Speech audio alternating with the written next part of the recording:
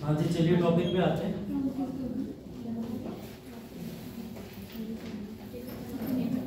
Gandhi event है गया ना अभी।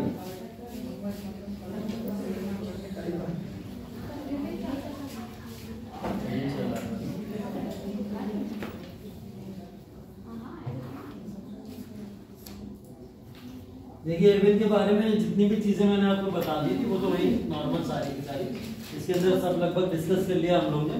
ये जो गोलमेज सम्मेलन है, ये तीनों गोलमेज सम्मेलन एक साथ पढ़ेंगे, प्रथम द्वितीय और तृतीय, इसके बारे में एक साथ डिस्कस कर ही लेंगे। बाद में बचा गांधी इवेंट का जो पैक्ट हुआ था, इस गांधी इवेंट पैक्ट के बारे में पढ़ना है। अभी जो नए वायसराय की तरफ हम लोग चल रहे हैं वो नए वायसराय से रिलेटेड चीजों को देख लेंगे, ठीक है। अब पूछना मत, तो जल्दी जल्दी आ जाना, चुपचाप बैठते जाना। चलो, इसके बाद गांधी इवेंट समझौता, ये सारी चीजें पढ़नी है हम लोगों को। साइमन कमीशन पढ़ चुके हैं हम लोग।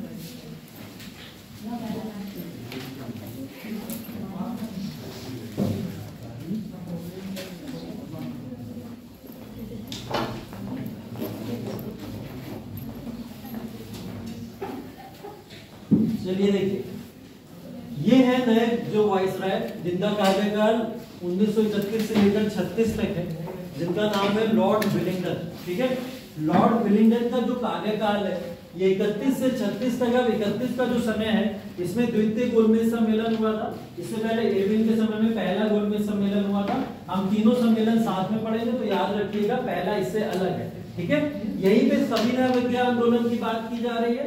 ये सविनय अवज्ञा आंदोलन जो 1932 लिखा हुआ है ये सेकंड फेज का है, इस बात को ध्यान रखिएगा। कौन सा फेज है ये? सेकंड फेज, फर्स्ट फेज नहीं है, मतलब ये सेकंड फेज है इसका। हम लोग जो फर्स्ट फेज की बात करेंगे वो फर्स्ट फेज होगा इरविन के समय में, जब ये आंदोलन शुरू हुआ था, क्योंकि वहां पे हम लोग दांडी मार्च वगैरह की भी बात करेंगे, तब वहां पे उस चीज को देखेंगे। तो ये सेकंड फेज है, यहाँ ध्यान रखिएगा। तो कुछ चीजें मिली हुई है तो हम लोग यहीं पे पढ़ ले रहे हैं साथ में, जैसे गोलमेज सम्मेलन यहाँ भी है वहां भी है तो यहीं पढ़ लेंगे सारे। सविनय अवज्ञा आंदोलन यहाँ भी और वहां भी है तो यहीं पे पढ़ लेंगे सारे, ठीक है। कम्युनल अवार्ड, जिसको मैकडोनाल्ड अवार्ड भी बोला जाता है या सांप्रदायिक पंचांग के नाम से भी जाना जाता है, ठीक है। ये अवार्ड्स 1932 में जब इनकी घोषणा हुई तो इन्होंने भारत के अंदर किस तरीके से एक धर्म से हटके कैसा जाति के ऊपर अटैक किया था, वो जातिगत अटैक अंग्रेजों के द्वारा यहाँ पर देखेंगे हम लोग, ठीक है। फिर तृतीय गोलमेज सम्मेलन है, उसके बाद कांग्रेस सोशलिस्ट पार्टी की स्थापना, सीएसपी के बारे में थोड़ा सा ये हम लोग रिवोल्यूशनरी एक्टिविटीज में तब पढ़ेंगे, जाके देख लेंगे वहां पे। भारत सरकार अधिनियम, ये बहुत इंपॉर्टेंट अधिनियम है 1935 का। ये पॉलिटी में भी बहुत इंपॉर्टेंटली आपने पढ़ा होगा और पॉलिटी में सारे क्लॉजेस भी सर ने आपको बताए ही होंगे। हिस्टोरिकल एविडेंसेस क्या क्या है और हिस्टोरिकल तथ्य क्या क्या है इसके, उसकी कुछ बातें हम लोग यहाँ पर करेंगे, ठीक है। ये भारत का वर्मा से पृथककरण वगैरह जो भी है ये इसी के थ्रू हुआ था, तो ये बात लिखी हुई है यहाँ पे। अखिल भारतीय किसान सभा 1936, ठीक है। तो ये अखिल भारतीय किसान सभा क्योंकि एक रिवोल्यूशनरी गतिविधि का पार्ट है तो हम लोग इसको भी कहाँ पढ़ेंगे? रिवोल्यूशनरी गतिविधि के अंदर ही पढ़ेंगे, ठीक है। अब आ जाते हैं टॉपिक के ऊपर, सविनय अवज्ञा आंदोलन, इसकी बात हम लोग को बेसिकली करनी है।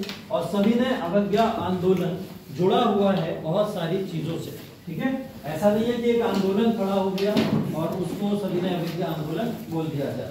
प्री प्लान्ड चीजें हैं सारी की सारी। बहुत टाइम से कोशिश की जा रही है गांधी जी के द्वारा कि एक ऐसा आंदोलन खड़ा किया जाए भारत के अंदर जो पूरी तरीके से ब्रिटिशर्स या विदेशी वस्तुएं हैं उनका बहिष्कार करने के लिए हो, ठीक है।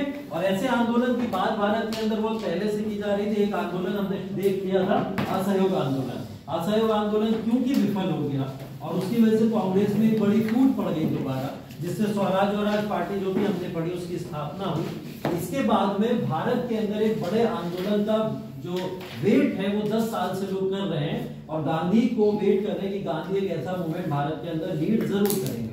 बट अनफॉर्चुनेटली गांधी इस बीच में जेल में भी रहे, जैसे उसके जब आपने चौरी चौरा घटना देखी है तो चौरी चौरा घटना के दौरान भी गांधी जी जेल में रहे। इधर दांडी यात्रा के बाद में भी गांधी जी को जेल हुई, सिविल डिसोबीडियंस मूवमेंट के बाद में भी गांधी जी को जेल हुई। तो ये जेल वाली जो यात्रा है ये इनके मूवमेंट्स को बार बार कहीं ना कहीं थोड़ी तरीके से साइडलाइन करवा दिया करती थी। बाद में दूसरे लीडर्स आ रहे हैं, किस तरीके से आ रहे हैं उनकी बात करेंगे। सविनय अवज्ञा आंदोलन बेसिकली इसका मतलब अगर मैं सिंपल भाषा में आपको समझाऊं तो पूर्ण रूप से आदेश मानने से मना कर देना, ठीक है। आदेश जो भी ब्रिटिशर्स ने हमको दे के रखे हैं उन सारे आदेशों को मना कर देना। और वो आदेश मना करने का मतलब यहाँ सबसे बड़ा जो आदेश था उसकी बात हो रही है टैक्सेस की, ठीक है। जो ब्रिटिशर्स भारतीयों से कर लेते हैं उन करों को पूरी तरीके से मना किया जाएगा सविनय अवज्ञा आंदोलन के दौरान, क्योंकि ये वही चीजें हैं कि अगर आप आर्थिक रूप से कमजोर कर दोगे ब्रिटिशर्स को तब इंपैक्ट उनके ऊपर ज्यादा पड़ेगा, ठीक है। हमने पॉलिटिकली कमजोर करने की बहुत कोशिश करी, संस्थानों में भी है बनने का देखा, कांग्रेस भी बना रही, कांग्रेस भी चल रही है पिछले 50 सालों से, लेकिन क्या उसका कोई बड़ा असर पड़ पा रहा है? नहीं पड़ पा रहा है। तो क्या करें हम लोग, टैक्सेस इनको देना बंद कर दें, आर्थिक रूप से इनको जब कमजोर कर देंगे तो शायद ये लोग अपने घुटनों पे आ जाए। एक तरीका ये था। तो सविनय अवज्ञा आंदोलन के अंदर गांधी जी ने इस आंदोलन को देखिए शुरू कैसे किया, इसके पीछे का एक बैकग्राउंड है, और वो बैकग्राउंड जाता है थोड़ा सा, हम इसके बारे में करेंगे बात, लेकिन थोड़ा सा इसके बैकग्राउंड में चलते हैं। क्या है दांडी मार्च या दांडी यात्रा जिसको बोला जाता है, ठीक है। इसको एक नाम और दिया जाता है नमक सत्याग्रह, ठीक है। बोला जाता है ना नमक सत्याग्रह के लिए एक यात्रा निकली थी। तो ये यात्रा है क्या बेसिकली, इसके अंदर देखिएगा महात्मा गांधी ने भारत के अंदर लॉर्ड इरविन थे उस समय जब, तो उनसे एक अपील की, और वो अपील क्या थी, वो अपील के अंदर उन्होंने अपने कुछ 11 सूत्री फॉर्मूले रखे थे, ठीक है। हम लोग 14 पॉइंट्स पढ़ते हैं जिन्ना के, लेकिन 11 सूत्री पॉइंट किसके पढ़ते हैं? गांधी के पढ़ते हैं। इन 11 सूत्री पॉइंट्स के अंदर एक बहुत इंपॉर्टेंट चीज थी, और वो ये चीज थी कि नमक बनाने का अधिकार जो है वो भारतीयों को देना चाहिए। अभी क्या क्या डिमांड्स है, चाहे शराबबंदी हो, महिलाओं का ज्यादा योगदान हो, रोजगार की बात हो, जेल के कैदियों को छोड़ने की बात हो, बहुत सारी डिमांड्स है, ठीक है। लेकिन एक सबसे बड़ी डिमांड क्या रखी गई थी, नमक बनाने का कानून किसके पास होना चाहिए? भारतीयों के पास में होना चाहिए। 1882 में एक एक्ट पास हुआ था, उस एक्ट के अंदर बोला गया था कि नमक जो भारत के अंदर जो भी हम लोग समुद्री इलाकों से नमक वगैरह को लेते हैं, उन नमक का पूरा अधिकार बनाने का, उसको सेल करने का, इंपोर्ट एक्सपोर्ट का, और हर एक चीज का जो भी आप आर्थिक रवैये से देखोगे वो पूरा का पूरा अधिकार अंग्रेजों ने अपने हाथों में ले लिया।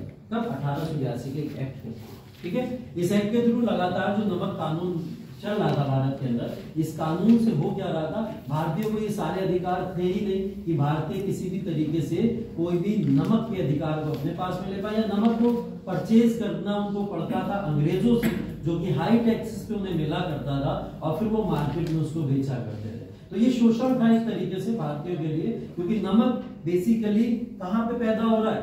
भारत की जमीन के ऊपर, और आप इस चीज को एक्सप्लॉइट कर रहे हो भारतीयों के ही साथ में, उन्हीं का शोषण करके, या आप उन्हीं को चीज को उन्हीं को बेच के उसी के ऊपर टैक्स भी ले रहे हो, तो ये गलत रवैया है। तो इन्होंने, गांधी जी ने इस समय मुद्दा उठाया, और मुद्दा उठा के लोगों से बोला कि हम लोग जो नमक सत्याग्रह है वो चलाएंगे, और इसको नाम दिया गया क्या? दांडी यात्रा। दांडी यात्रा बेसिकली शुरू हुई 12 मार्च 1930, ठीक है। 12 मार्च 1930 में दांडी यात्रा शुरू हुई। गांधी जी अपने 78 फॉलोअर्स के साथ में, 78 लोग थे गांधी जी के साथ में जब ये यात्रा के लिए निकले, ठीक है। ये यात्रा शुरू कहां से हुई थी? साबरमती, ठीक है। सब लिखा हुआ है इसके अंदर, आगे देख लेना। साबरमती से दांडी तक ये यात्रा गई, ठीक है। साबरमती से दांडी तक कहाँ है ये सारी जगह? गुजरात की बात हो रही है, गुजरात की बात हो रही है। तो साबरमती से दांडी तक की ये यात्रा के अंदर 78 लोग जुड़े थे, और इन 78 लोगों में से जब ये यात्रा साबरमती से दांडी तक पहुंची तो इसका जो काफिला था हजारों लोगों का बन चुका था, ठीक है। उन्होंने शुरुआत में ये नहीं देखा कि मेरे साथ कितने लोग हैं, 78 लोगों में होगा ही क्या, है ना। अगर वो ये चीज सोचते तो दांडी यात्रा कभी शुरू ही ना होती, है ना। तो क्या हुआ, उन्होंने बोला कि नहीं, हम 78 के साथ शुरू करेंगे, और जब वो अपनी यात्रा को आगे बढ़ा रहे थे, बढ़ते बढ़ते लोग दांडी तक कितने जुड़ गए? हजारों की संख्या में लोग इनके साथ में जुड़ चुके थे। तो ये यात्रा जब ये दांडी पहुंचे, वहां पे इन्होंने क्या करा, नमक का एक ढेला उठाया, और नमक का ढेला उठाने के बाद में बोला कि आज से कानून बनाने का जो भी अधिकार है वो ब्रिटिशर्स से छीन लिया जाए, और भारतीय इसका पूरी तरीके से क्या करें, अपोज करें। मतलब ब्रिटिशर्स अगर आपसे बोले कि आप इस पे कर दो, आप इस पे टैक्स दो, या अंग्रेज खुद इसमें नमक को बनाने की कोशिश करें, तो इसका पूर्ण रूप से आप क्या करेंगे, बहिष्कार करेंगे। ऐसा गांधी जी ने बोला। और ये डेट कब थी, 6 अप्रैल 1930। यात्रा के समय लगा, जो समय है 12 मार्च से 6 अप्रैल का था। और 6 अप्रैल में गांधी जी ने जैसे ये अनाउंस किया, ये अनाउंस करते ही गांधी जी ने यहाँ पर बोल दिया, आज ही से हम सिविल डिसओबीडियंस मूवमेंट शुरू करते हैं, जिसको हम लोग अभी पीछे क्या देख रहे थे, सविनय अवज्ञा आंदोलन के फॉर्म में देख रहे थे। ठीक है, यही ऑफिशियल डेट मानी जाती है सविनय अवज्ञा आंदोलन शुरू होने की, जिस दिन नमक कानून को तोड़ा गया था। अब मुझे एक बात बताइए, कांग्रेस अगर इसकी जगह पे होती, जो कि कांग्रेस के मेंबर्स होंगे कई सारे इसकी जगह पर, अगर ये नमक कानून, गांधी जी एक ऐसा मुद्दा है नमक, कि शायद बहुत बड़ा मुद्दा नहीं, अगर मैं कहूँ चलो चाय पत्ती के लिए संघर्ष करो, चलो तो क्या आप लोग क्या मतलब हंसी मजाक होगा शायद इसका, कि चाय पत्ती के लिए क्या होगा। लेकिन बोस्टन क्लब बना उस समय में, अमेरिका के अंदर चाय पत्ती पे ही क्रांति होगी, ठीक है, बहुत छोटी सी, लेकिन हुआ उसके ऊपर। अब यहाँ नमक की बात हो रही है। गांधी जी इतिहास पढ़ा हुआ व्यक्ति है, ये बात सबको पता होगी, अच्छे से पता होगी। और गांधी जी देख चुके हैं कि जब पत्ती के ऊपर हो सकती है क्रांति, तो नमक पे क्यों नहीं हो सकती। ठीक है, नमक बहुत छोटी सी चीज है। अगर कोई भी आप कोई एक वस्तु उठा लें और उसके ऊपर सत्याग्रह कर दें, तो ये बहुत मजाकिया वाली बात हो जाएगी। इतनी छोटी सी चीज के ऊपर कुछ लोगों ने इनके ऊपर आपत्ति भी उठाई कि गांधी जी इतने बड़े मूवमेंट को चलाने जा रहे हैं और बात कर रहे हैं सिर्फ नमक की। ठीक है, तो गांधी जी ने नमक ही क्यों चुना, कोई बताएगा यहाँ पर? क्योंकि सर गांधी जी का ऐसा मानना था, नमक जो है भारत का प्रत्येक व्यक्ति गरीब अमीर हर वर्ग का खाता है। यदि नमक को हम मुद्दा बनाएंगे तो देश की प्रत्येक जनता गरीब अमीर सब हमारे साथ जुड़ जाएगा, एक राष्ट्रीय भावना। बहुत बढ़िया, वेरी गुड, एग्जैक्ट आंसर, ये इसको बोलते हैं पर्टिकुलर जो आंसर चाहिए था, पूरा का पूरा प्योर आंसर। अगर मैं भी आपको बताता तो यही भाषा बताता। गांधी जी ने नमक को चुना सिर्फ इसीलिए कि नमक प्रत्येक व्यक्ति के घर के अंदर उपयोग होने वाली चीज है, चाहे आप उसको चाय में यूज करो ना करो, सब्जी में तो यूज करोगे ना, चावल में यूज करो ना करो, सब्जी में तो यूज करो। तो कहीं ना कहीं नमक का प्रयोग भारत का हर एक व्यक्ति करता है, जिसके अंदर महिलाएं ज्यादा पार्टिसिपेट करती हैं। महिलाएं ज्यादा रसोई के काम करती हैं, कुकिंग के काम करती हैं। महिलाओं को पता होता है ना नमक की कीमतों में उछाल हो रही है और नमक कितना ज्यादा यूज हो रहा है, यूटिलाइज हो रहा है। तो ये बातें तो महिलाएं तो होती है जो घर में बताती है, होता है मेरे साथ। तो ये चीजें महिलाओं को भी अट्रैक्ट करी कि नमक को लेके गांधी जी बात कर रहे हैं और इस पे महंगाई बहुत बढ़ रही है, तो नमक के कानून की बात हो रही है। पुरुष वर्ग भी इससे बहुत ज्यादा गांधी से अटैच हुआ कि उन्होंने एक ऐसा मुद्दा उठाया जो मुद्दा हर घर के व्यक्ति का मुद्दा है। ठीक है, तो ये गांधी की फिलॉसफी थी, जिसको गांधी अपने दिमाग में बैठा के रखते थे। गांधी चाहते तो कांग्रेस की तरह या पुराने और लीडर्स की तरह जमींदारी विवाद उठा देते, उठा सकते, किसानों के विवाद को उठा देते, बेरोजगारी की समस्या उठा देते, गरीबी की समस्या उठा देते, उठा सकते थे ना। लेकिन इससे क्या हर तबका जुड़ पाएगा? नहीं जुड़ पाएगा। कुछ रेशियो ही तो होगा कि जो इससे जुड़ पाएगा, लेकिन नमक एक ऐसा रेशियो है जिससे भारत का हर व्यक्ति जुड़ जाएगा। ये मुद्दा जब गांधी जी ने उठाया, तो इस मुद्दे के बाद में जैसे ही उन्होंने नमक कानून तोड़ा, नमक कानून तोड़ने के बाद में गांधी जी ने यहीं से अनाउंस कर दिया कि आज से हम लोग सविनय अवज्ञा आंदोलन शुरू करते हैं। सविनय अवज्ञा आंदोलन ऑफिशियली इस डेट से स्टार्ट हो गया। इसको लेकर कांग्रेस ने भी पारित कर दिया कि चलो भाई सविनय अवज्ञा आंदोलन पूरे भारत में चलेगा। भारत में सविनय अवज्ञा आंदोलन चलना शुरू हो गया। मेन पर्पस क्या था सविनय अवज्ञा आंदोलन का?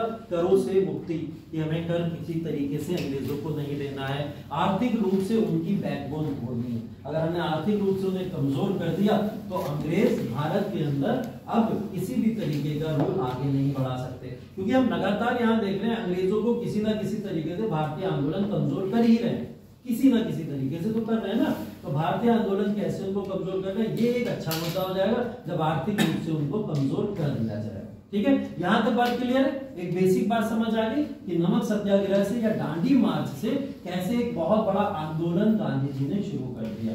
ठीक है, तो ये एक बहुत बड़ा आंदोलन शुरू कर दिया गया।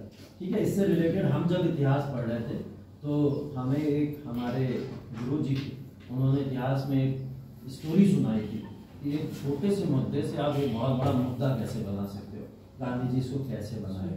ठीक है, और वो स्टोरी जो उन्होंने सुनाई थी, उन्होंने कहा था एविल होता है ना, एविल शैतान जिसको बोला जाता है ना, तो शैतान करता है कि अगर दो पक्षों के बीच में उसे लड़ाना होता है, किसी दो लोगों को लड़ाना होता है, बिल्कुल गांधी जी से कंपेयर मत करिएगा, मैं सिर्फ एक स्टोरी सुना मैं पहले बता दे रहा हूँ क्लियर करके। तो उसे जब दो पक्षों के बीच में संघर्ष कराने होता है, उसको एक व्यक्ति ने चैलेंज कर दिया कि तुम इन दो लोगों के बीच में लड़ा के दिखाओ, लड़ाई करा के दिखाओ। एक आर्मी का व्यक्ति था, ठीक है, और एक जो था वो था मिठाई वाला, जो अपना मिठाई बनाया करता है। बोले दो लोग हैं, इन दो के बीच में लड़ाई लड़ाते दिखाओ, अगर तुम शैतान एविल हो, चैलेंज कर दे। शैतान बोला मेरे लिए बाएं हाथ का खेल है और मैं इसमें कुछ नहीं करूंगा, सिर्फ और सिर्फ दो के दो लोग आके आराम से बढ़ जाएंगे, मेरा उसमें कोई योगदान नहीं होगा।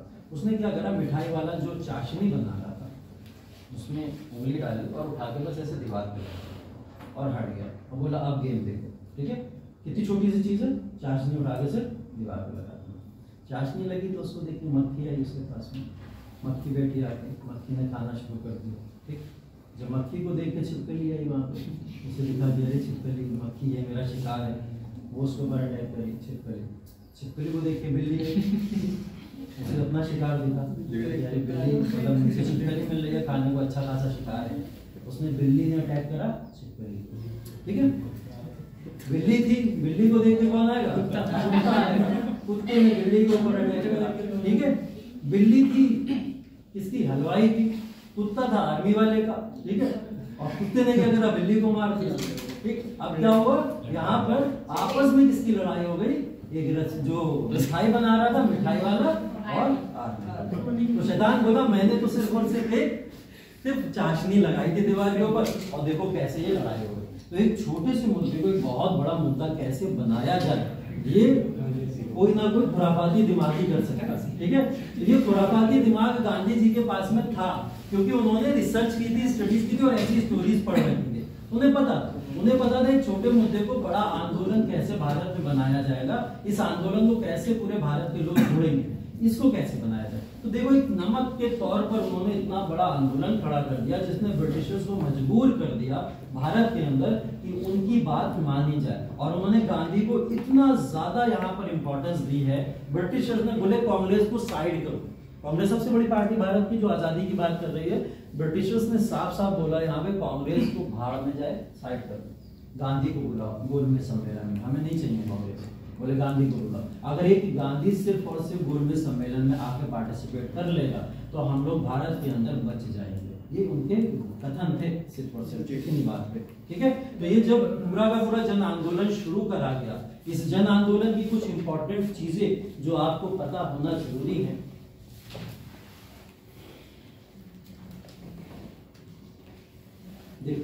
ये इसका बेसिक एजेंडा की अगर हम लोग बात करें कि इसका एजेंडा था क्या, पहले तो मैंने आपको बोला, उसको बिल्कुल दिमाग में याद रखिएगा कि इनके आर्थिक चीजों को कमजोर करना है, और वो आर्थिक कमजोर करने की ही कुछ चीजें यहाँ सामने लिखी गई हैं, जिसमें पहली चीज है नमक कानून का पूरी तरीके से उल्लंघन किया जाएगा, जो भी 1882 में कानून बना। हम नहीं मानेंगे, अंग्रेज बनाएंगे, हम बनाने नहीं देंगे। ठीक है, हम पूरी तरीके से, वो अगर हमारे ऊपर हिंसा भी करते हैं तो गांधी जी बोले तैयार रहना, रोड पे बिछ जाना लंबे लंबे जाके, वो लाठियां मारे खा लेना, कोई दिक्कत नहीं है। महिलाओं को आगे कर देना, उन पे लाठियां नहीं चलाएंगे, बच्चों को आगे कर देना, नहीं चलाएंगे, बुजुर्गों को आगे कर देना, नहीं चलाएंगे। आंदोलन में गांधी ने एक व्यक्ति को लाठी तक नहीं लगने दी जब तक वो सामने थे। ठीक है, कैसे, इस सोच की वजह से।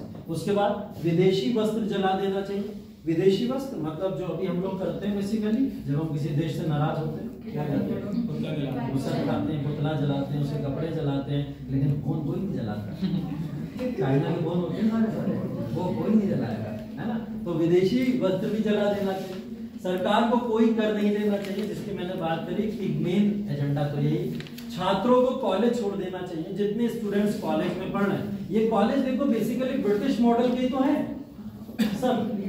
तो गांधी जी जो कह रहे हैं कि इनको छोड़ देना चाहिए, तो उसका मतलब बेसिकली यही है कि ब्रिटिश शिक्षा से जो आप इंस्पायर होकर आंदोलन में सक्रिय नहीं हो पा रहे, तो ऐसे कॉलेजेस को छोड़ दो।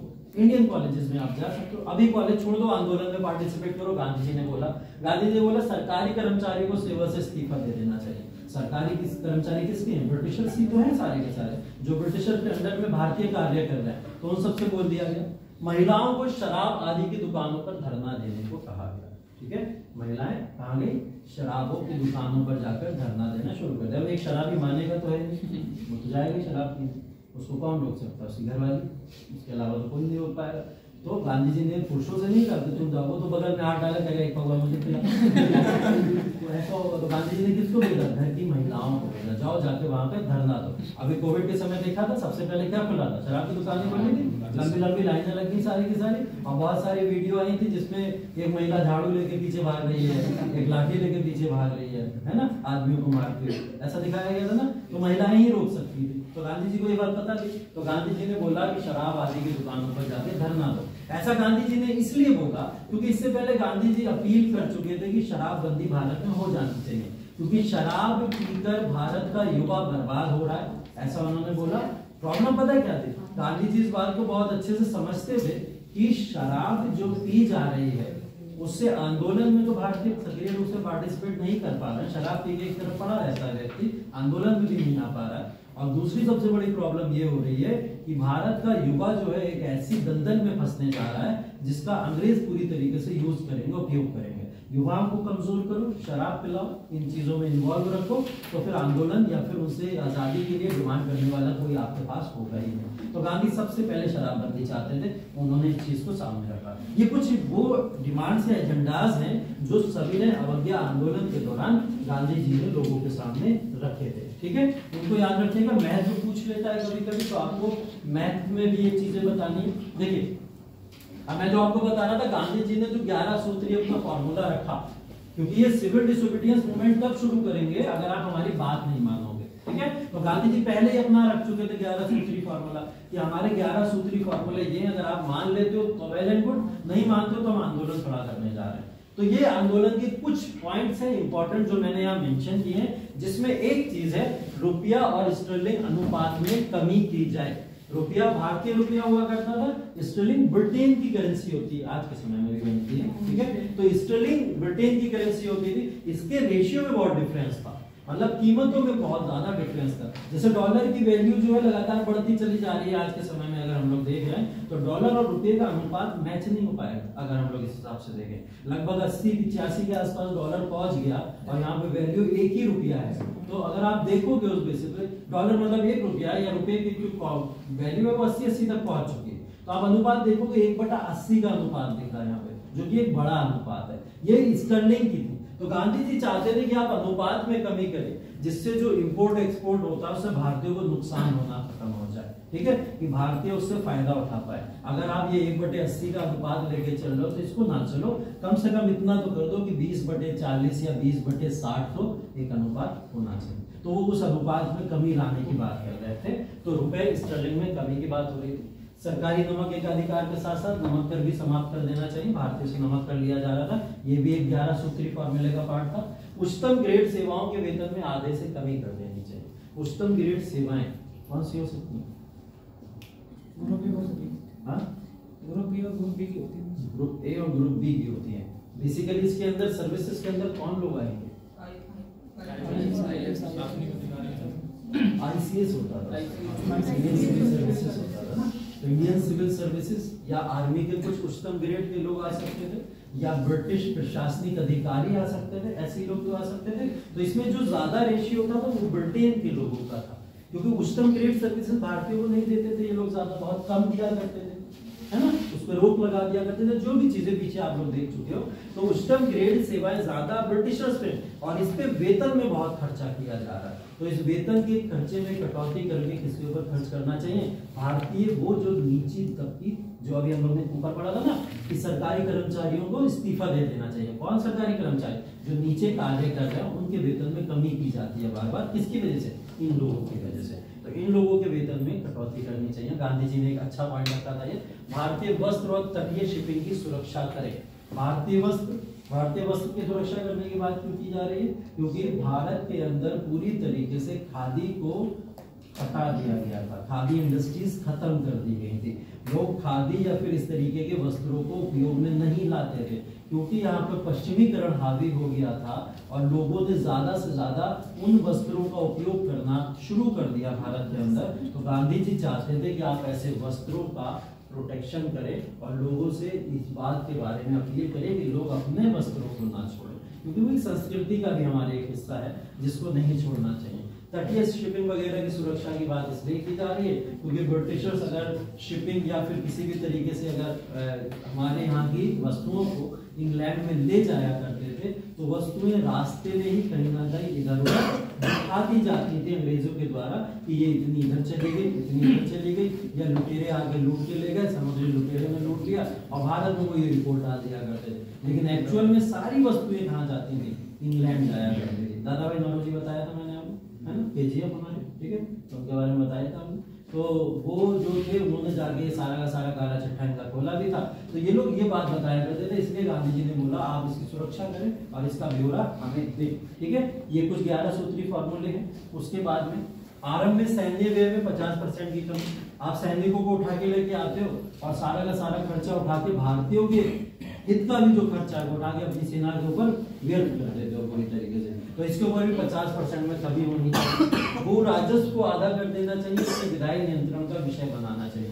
भू राजस्व भूमि के ऊपर जो कर लग रहे हैं उसके ऊपर जैसे जो लोग पुराने कर भी देख चुके हैं, अभी भी वो कर लगातार लगते आ रहे हैं भारतीयों के ऊपर, ऐसे करों को कम करने की बात की जा रही है। सभी राजनीतिक बंदियों को फ्री किया जाना चाहिए, ये बहुत इंपॉर्टेंट है, अभी कंट्रोवर्सी होगी इसके बेसिस पे, ठीक है। तो सभी राजनीतिक कैदियों को रिहा किया जाना चाहिए, ऐसा लिखा है। हाँ सर, 2 क्वेश्चन। हाँ कुछ जैसे कि कहा जाता है the great old man of India दादा भाई नौरोजी के बारे में कि उन्होंने बहुत अच्छा योगदान दिया है, लेकिन उनका अधिकतर जीवन समय तो लंदन में बीता है, तो उन्होंने भारत में कैसा मतलब आज़ादी के लिए किस प्रकार का योगदान दिया? देखो, कोई व्यक्ति कहाँ रह रहा है और कहाँ से आंदोलन चला रहा है सर, इससे ज्यादा इम्पोर्टेंट पता क्या है? उसके आंदोलन में सक्रिय रूप से जो लोग जुड़े हुए हैं वो कहाँ कार्य कर रहे हैं। अगर गांधी जी भारत में रह के जेल में रहकर एक बड़े बड़े आंदोलन को चला ले रहे हैं जिससे वो बाहर नहीं निकल सकते, जेल एक ऐसी जगह है, तो दादा भाई नौरोजी लंदन में रहकर यहाँ आंदोलन क्यों नहीं चला सकते? पहला आंसर वही बात कि गांधी जी जब तक बाहर थे उन्होंने भारत के विशेष रूप से कोई भी कार्य नहीं किया। जब वो भारत में आ गए थे तभी उन्होंने आंदोलन को सक्रिय रूप में भागीदारी करी।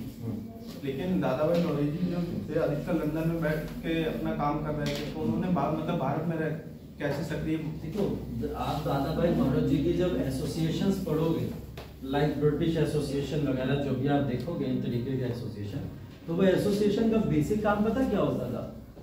क्या होता था? जमींदारी सिस्टम से रिलेटेड होते थे, ज्यादातर होते थे, आपने देखे होंगे। दादा भाई नौरोजी वहां पे बैठ के कभी ये बात तो नहीं कर रहे हैं कि हमको स्वराज दे दो, हमको आजादी दे दो। लंदन के अंदर बैठे कभी बोला है? नहीं बोला ना। और उस समय तक भारत को आजादी के बेसिस पे जज भी नहीं किया जा रहा था कि हमें अंग्रेजों से आजादी भी चाहिए, क्योंकि अंग्रेजों की गुलामी भारतीय गलत मानते ही नहीं थे। ये तो उनको दिखाया गया। गांधी जब आए उनके सामने तो कोई व्यक्ति एक ऐसे खड़ा हुआ है और उस व्यक्ति को ब्रिटिशर्स बगल में खड़े होकर कूट रहे हैं, मार रहे हैं, डंडों से अत्याचार कर रहे हैं। तो वो एक गरीब व्यक्ति सोच रहा है ऐसा परंपरा है, होता ही होगा, ठीक है। गांधी सामने आए, गांधी खड़े होकर यहाँ से देख रहे हैं कि ये व्यक्ति तो कुट रहा है, इसके साथ गलत हो रहा है, लेकिन उस व्यक्ति को खुद नहीं लग रहा है उसके साथ गलत हो रहा है, क्योंकि वो उसको परंपरा समझ लेता था। सती प्रथा एग्जाम्पल, सती प्रथा लोगों को परंपरा लगती थी, बोले ऐसा तो होता ही है, लेकिन जो व्यक्ति सामने खड़े होकर देख रहा है उससे तो दिख रहा है ये गलत हो रहा है। तो गांधी ने ये काम किया, गांधी खुद हट गए साइड से और गांधी ने एक मिरर उठाया और वो यहाँ रख दिया। और जब उसने मिरर के अंदर देखा खुद को पिटते हुए, तब उसको रियलाइज हुआ मेरे साथ गलत हो रहा है। ये है मेजर चेंज गांधी के अंदर और दूसरे व्यक्ति के अंदर। तो गांधी ने लोगों को आईना दिखा दिया था, ये देखो ये आईना है। दादा भाई नौरोजी के आंदोलन बहुत सफल आंदोलन है भारत के अंदर, अगर उन्होंने ब्रिटेन में भी बैठ के किए और सक्रिय रूप से भागीदारी की जो आप बात कर रहे हो, तो उन्होंने कांग्रेस के अंदर सेशंस में पार्टिसिपेट किया है आगे, और कांग्रेस के सेशंस के अंदर से उन्होंने स्वराज जैसी बात भी की है। आपका कल एक क्वेश्चन भी था, स्वराज सबसे पहले उपयोग किसने किया था? तो दादा भाई नौरोजी ने सबसे पहले भारत के अंदर स्वराज को उपयोग किया था,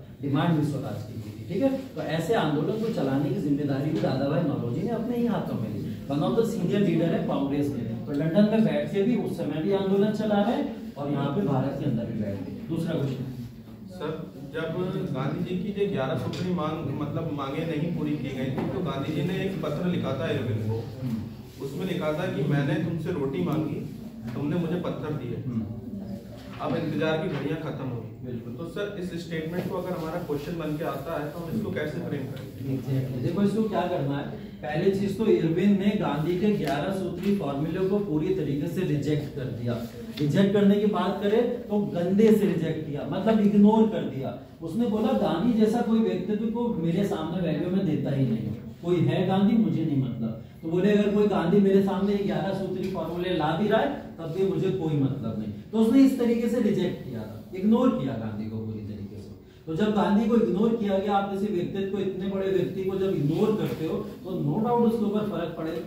और वो तो पहले ही बोल रहे हैं आपने अगर मेरी मांगों को इग्नोर किया तो मैं आंदोलन खड़ा करूंगा। तो गांधी जी ने एक लेटर लिखा उन्हें, और लेटर लिख के बोला, मैंने क्या बोला था, गांधी जी हमेशा एक पत्र लिखते थे, लेटर लिखते और बोला करते थे, धमकी दिया करते थे। अगर मैं क्लियर बोलूं तो ठीक है कि मैं ऐसा करने जा रहा हूं और इससे पहले ये रहा मेरा लेटर, ठीक है, जैसे सुसाइड नोट होता है उसे मत मान लेना तुम लोग। लेकिन गांधी जी उनके लिए ये बात साफ साफ क्लियर बोल देते थे कि अब मैं भारत के अंदर ऐसा कुछ करने जा रहा हूँ।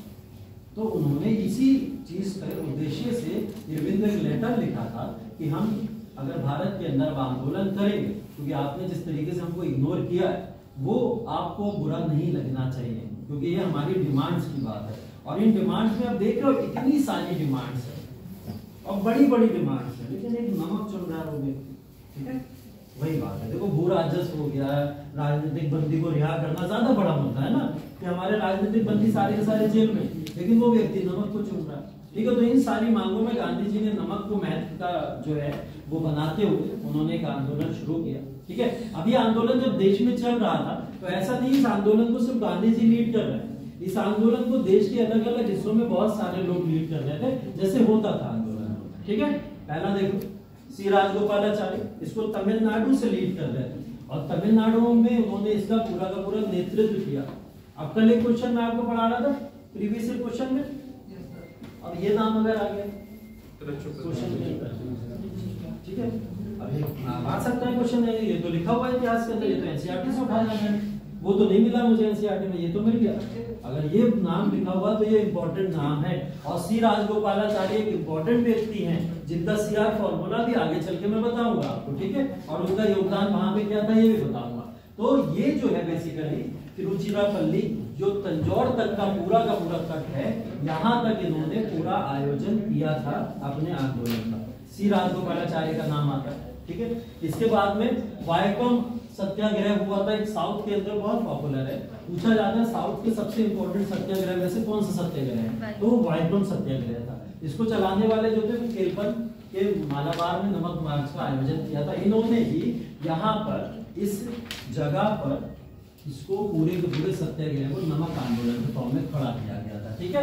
तो वायकम सत्याग्रह अगर आपसे पूछा जाए किससे जुड़ा हुआ है तो वो नमक सत्याग्रह से ही जुड़ा हुआ एक आंदोलन है। अभी और इससे रिलेटेड एक सत्याग्रह आया है, उसके बारे में भी बताता हूँ, ठीक है। तो वायकम साउथ का सबसे बड़ा आंदोलन जिसको चलाया गया था केलप्पन के द्वारा, ठीक है, मालाबार तट के ऊपर। मालाबार तट का मतलब केरला की बात हो रही है, केरला है ये, अगर हम लोग बात करें तो कहाँ की बात हो रही है, केरला, साउथ के अंदर इसको चलाया गया था। तो ये आंदोलन साउथ का बहुत इंपॉर्टेंट आंदोलन था। देखिए सिविल डिसोबीडियंस मूवमेंट दक्षिण भारत भी पहुंचा, ये भी देखने को हमको साफ साफ मिल रहा है, ठीक है। चलो उसके बाद में ये तो छोड़ दो, कोई इंपॉर्टेंट नहीं। सरोजनी नायडू, इमाम साहब, मनीलाल ने धरसना सॉल्ट वर्क्स पर छापा मारा।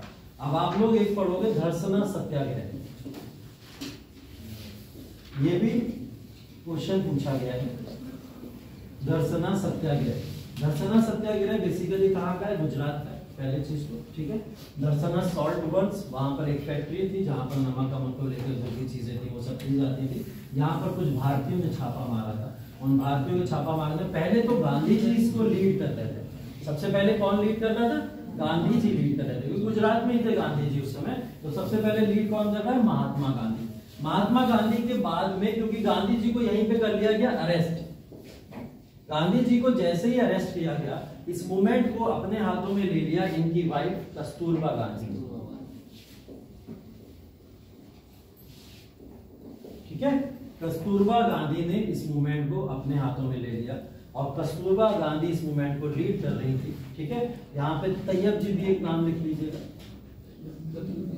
बदरुद्दीन नहीं, ठीक है, बदरुद्दीन तैयब जी नहीं पढ़े लिए यहाँ पर, बहुत समय हो गया। तैयब जी भी थे यहाँ पर। तो कस्तूरबा गांधी और तैयब जी इस आंदोलन को चला रहे हैं जब गांधी अरेस्ट हो गए। बाद में क्या करा गया, इन लोगों को भी अरेस्ट कर लिया गया, ये दोनों भी अरेस्ट हो गए। इनके अरेस्ट होने के बाद में इस आंदोलन को अब सरोजिनी नायडू और इमाम साहब की जो बात हो रही है, ये नाम है मौलाना अबुल कलाम आजाद। ठीक है, यहाँ पर इमाम साहब अगर लिखा हुआ है तो आप लोग इस नाम को समझिए किसकी बात हो रही है, मौलाना की। ठीक है, मौलाना अबुल कलाम आजाद की बात हो रही है, जिनका आप आजादी तक योगदान भारत के अंदर देखते हैं। ठीक है, तो ये मौलाना अबुल कलाम आजाद है, सरोजिनी नायडू, मौलाना अबुल कलाम आजाद और मनीलाल, ये तीन लोग अब यहाँ पर पूरे आंदोलन को चलाते हैं। ठीक है, तो धरसना आंदोलन से जुड़े हुए व्यक्ति कौन कौन थे, ये क्वेश्चन पूछे गए एग्जाम में कई बार, इसलिए मैंने सारे नाम आपको बता दिए। पहला नाम ध्यान रखिए, गांधी जी ही लीड कर रहे थे धरसना को, गांधी जी को अरेस्ट किया गया तो कस्तूरबा गांधी के साथ में तैयब जी इसको लीड कर रहे हैं, इन दोनों को भी अरेस्ट कर लिया गया तो सरोजिनी नायडू के साथ में मौलाना अबुल कलाम आजाद और मनीलाल इसको लीड कर रहे हैं। मनीलाल गांधी जी के पुत्र थे। ठीक है, 4 पुत्रों में से एक पुत्र मनीलाल भी थे महात्मा गांधी के, जो अफ्रीका में रहा करते थे और अफ्रीका के लोगों के लिए कार्य किया करते थे। ठीक, तो मनीलाल इनका नाम है, मनीलाल गांधी। तो ये यहाँ पर आकर इस आंदोलन को कुछ समय के लिए चलाते हैं। ठीक है, बाद में इन लोगों को भी अरेस्ट कर लिया जाता है, तभी तो सिविल डिसोबीडियंस मूवमेंट समाप्त हो गया लीडरलेस होने के बाद। ठीक, तो हम लोग अगर देखें धरसना सत्याग्रह भी यही समझ लेना है हमको, क्योंकि अलग से कोई टॉपिक पढ़ाने वाला नहीं है। इसी सत्याग्रह में धरसना सत्याग्रह आता है। ठीक है, वायकोम सत्याग्रह भी इसी का पार्ट है, इसी में आता है। ठीक, नाम नोट कर लो हम जल्दी से, कहीं कंफ्यूजन किसी को किसी नाम में। कौन सा रिपोर्टर था जो दांडी मार्च से जुड़ा हुआ था? Web Miller. ठीक है, वेब मिलर वो रिपोर्टर थे, अमेरिकन एक रिपोर्टर है। ये बेसिकली गांधी को इसलिए गांधी के साथ में आके जुड़े थे कि मैं गांधी का सारा काला चिट्ठा खोलूंगा। ठीक है, गांधी बहुत अच्छे बनते हैं, लोगों के सामने बहुत बढ़िया बनते हैं, मैं रिपोर्टिंग कर करके इनका एक एक काला चिट्ठा खोलूंगा। और दांडी मार्च में लगातार गांधी के साथ में ये रिपोर्टिंग करते हुए जा रहे हैं। आगे जब ये पहुंचे दांडी के अंदर और गांधी को जब इन्होंने देखा, उनके जीने का तरीका, गांधी ने भी बोला था मेरे साथ ही रहो, मैं मना ही नहीं करता, सुबह शाम मेरे साथ रहो, मैं जैसा जीवन जीता हूँ वैसे जीवन जीना पड़ेगा, मैं मना नहीं करता था। तो वेब मिलर बोले जो करना है आप, जो जैसा कहोगे मैं वैसा करूंगा। गांधी जी ने बैठाया अपने आश्रम में बुला के, बोले खाओ खाना, और खाने में आया 2 रोटी और चटनी। ठीक है, वेब मिलर देखिए हैरान हुए, ये खाना है, ये कौन खाता है? तो गांधी बोले मैं तो यही खाता हूँ, रोटी और चटनी खाता हूँ मैं। और वो भी रोटी जो थी वो बेसिकली बासी रोटी को ज्यादा यूज किया करते थे, बासी रोटी खाते थे। अब वो रखा हुआ था तो वेब मिलर उस बात को लेते, तो गांधी जी ने बोला फिर आप जा सकते हो, अगर आप मेरी तरह इस तरीके से नहीं रह सकते, मेरे जीवन जीने का यही तरीका है, अगर आप इसको अपनाओगे तो आप रह। वो समय था, गांधी ने जब उसको अपने साथ रखा दांडी यात्रा तक, वो व्यक्ति गांधी का सबसे बड़ा आलोचक जो था वो गांधी का सबसे बड़ा फैन बन गया था इतने समय में। और गांधी के बारे में फिर इतनी अच्छाइयां लिखी उसने कि शायद भारतीय भी इतनी अच्छाइयां नहीं लिख पाए जितनी वेब मिलर लिखेगा। तो आपसे कुछ क्वेश्चन पूछे जाते हैं कि जैसे सिविल डिसोबीडियंस मूवमेंट से पहले जो दांडी मार्च हुआ, इससे कौन सा रिपोर्टर जुड़ा हुआ था? उनका नाम वेब मिलर है। ऐसे एक स्वदेशी आंदोलन हुआ था, उससे भी एक रिपोर्टर जुड़ा हुआ था, उसका कोई नाम पता है? जॉर्ज। स्वदेशी आंदोलन हुआ था, उससे भी एक व्यक्ति जुड़ा हुआ था, उनका नाम था N.W. नेविन्सन। ठीक है, नेविन्सन नाम था उस व्यक्ति का। तो कभी कभी अगर क्वेश्चन आ जाए तो ध्यान रखिएगा, स्वदेशी आंदोलन से जुड़े हुए व्यक्ति का नाम था नेविन्सन।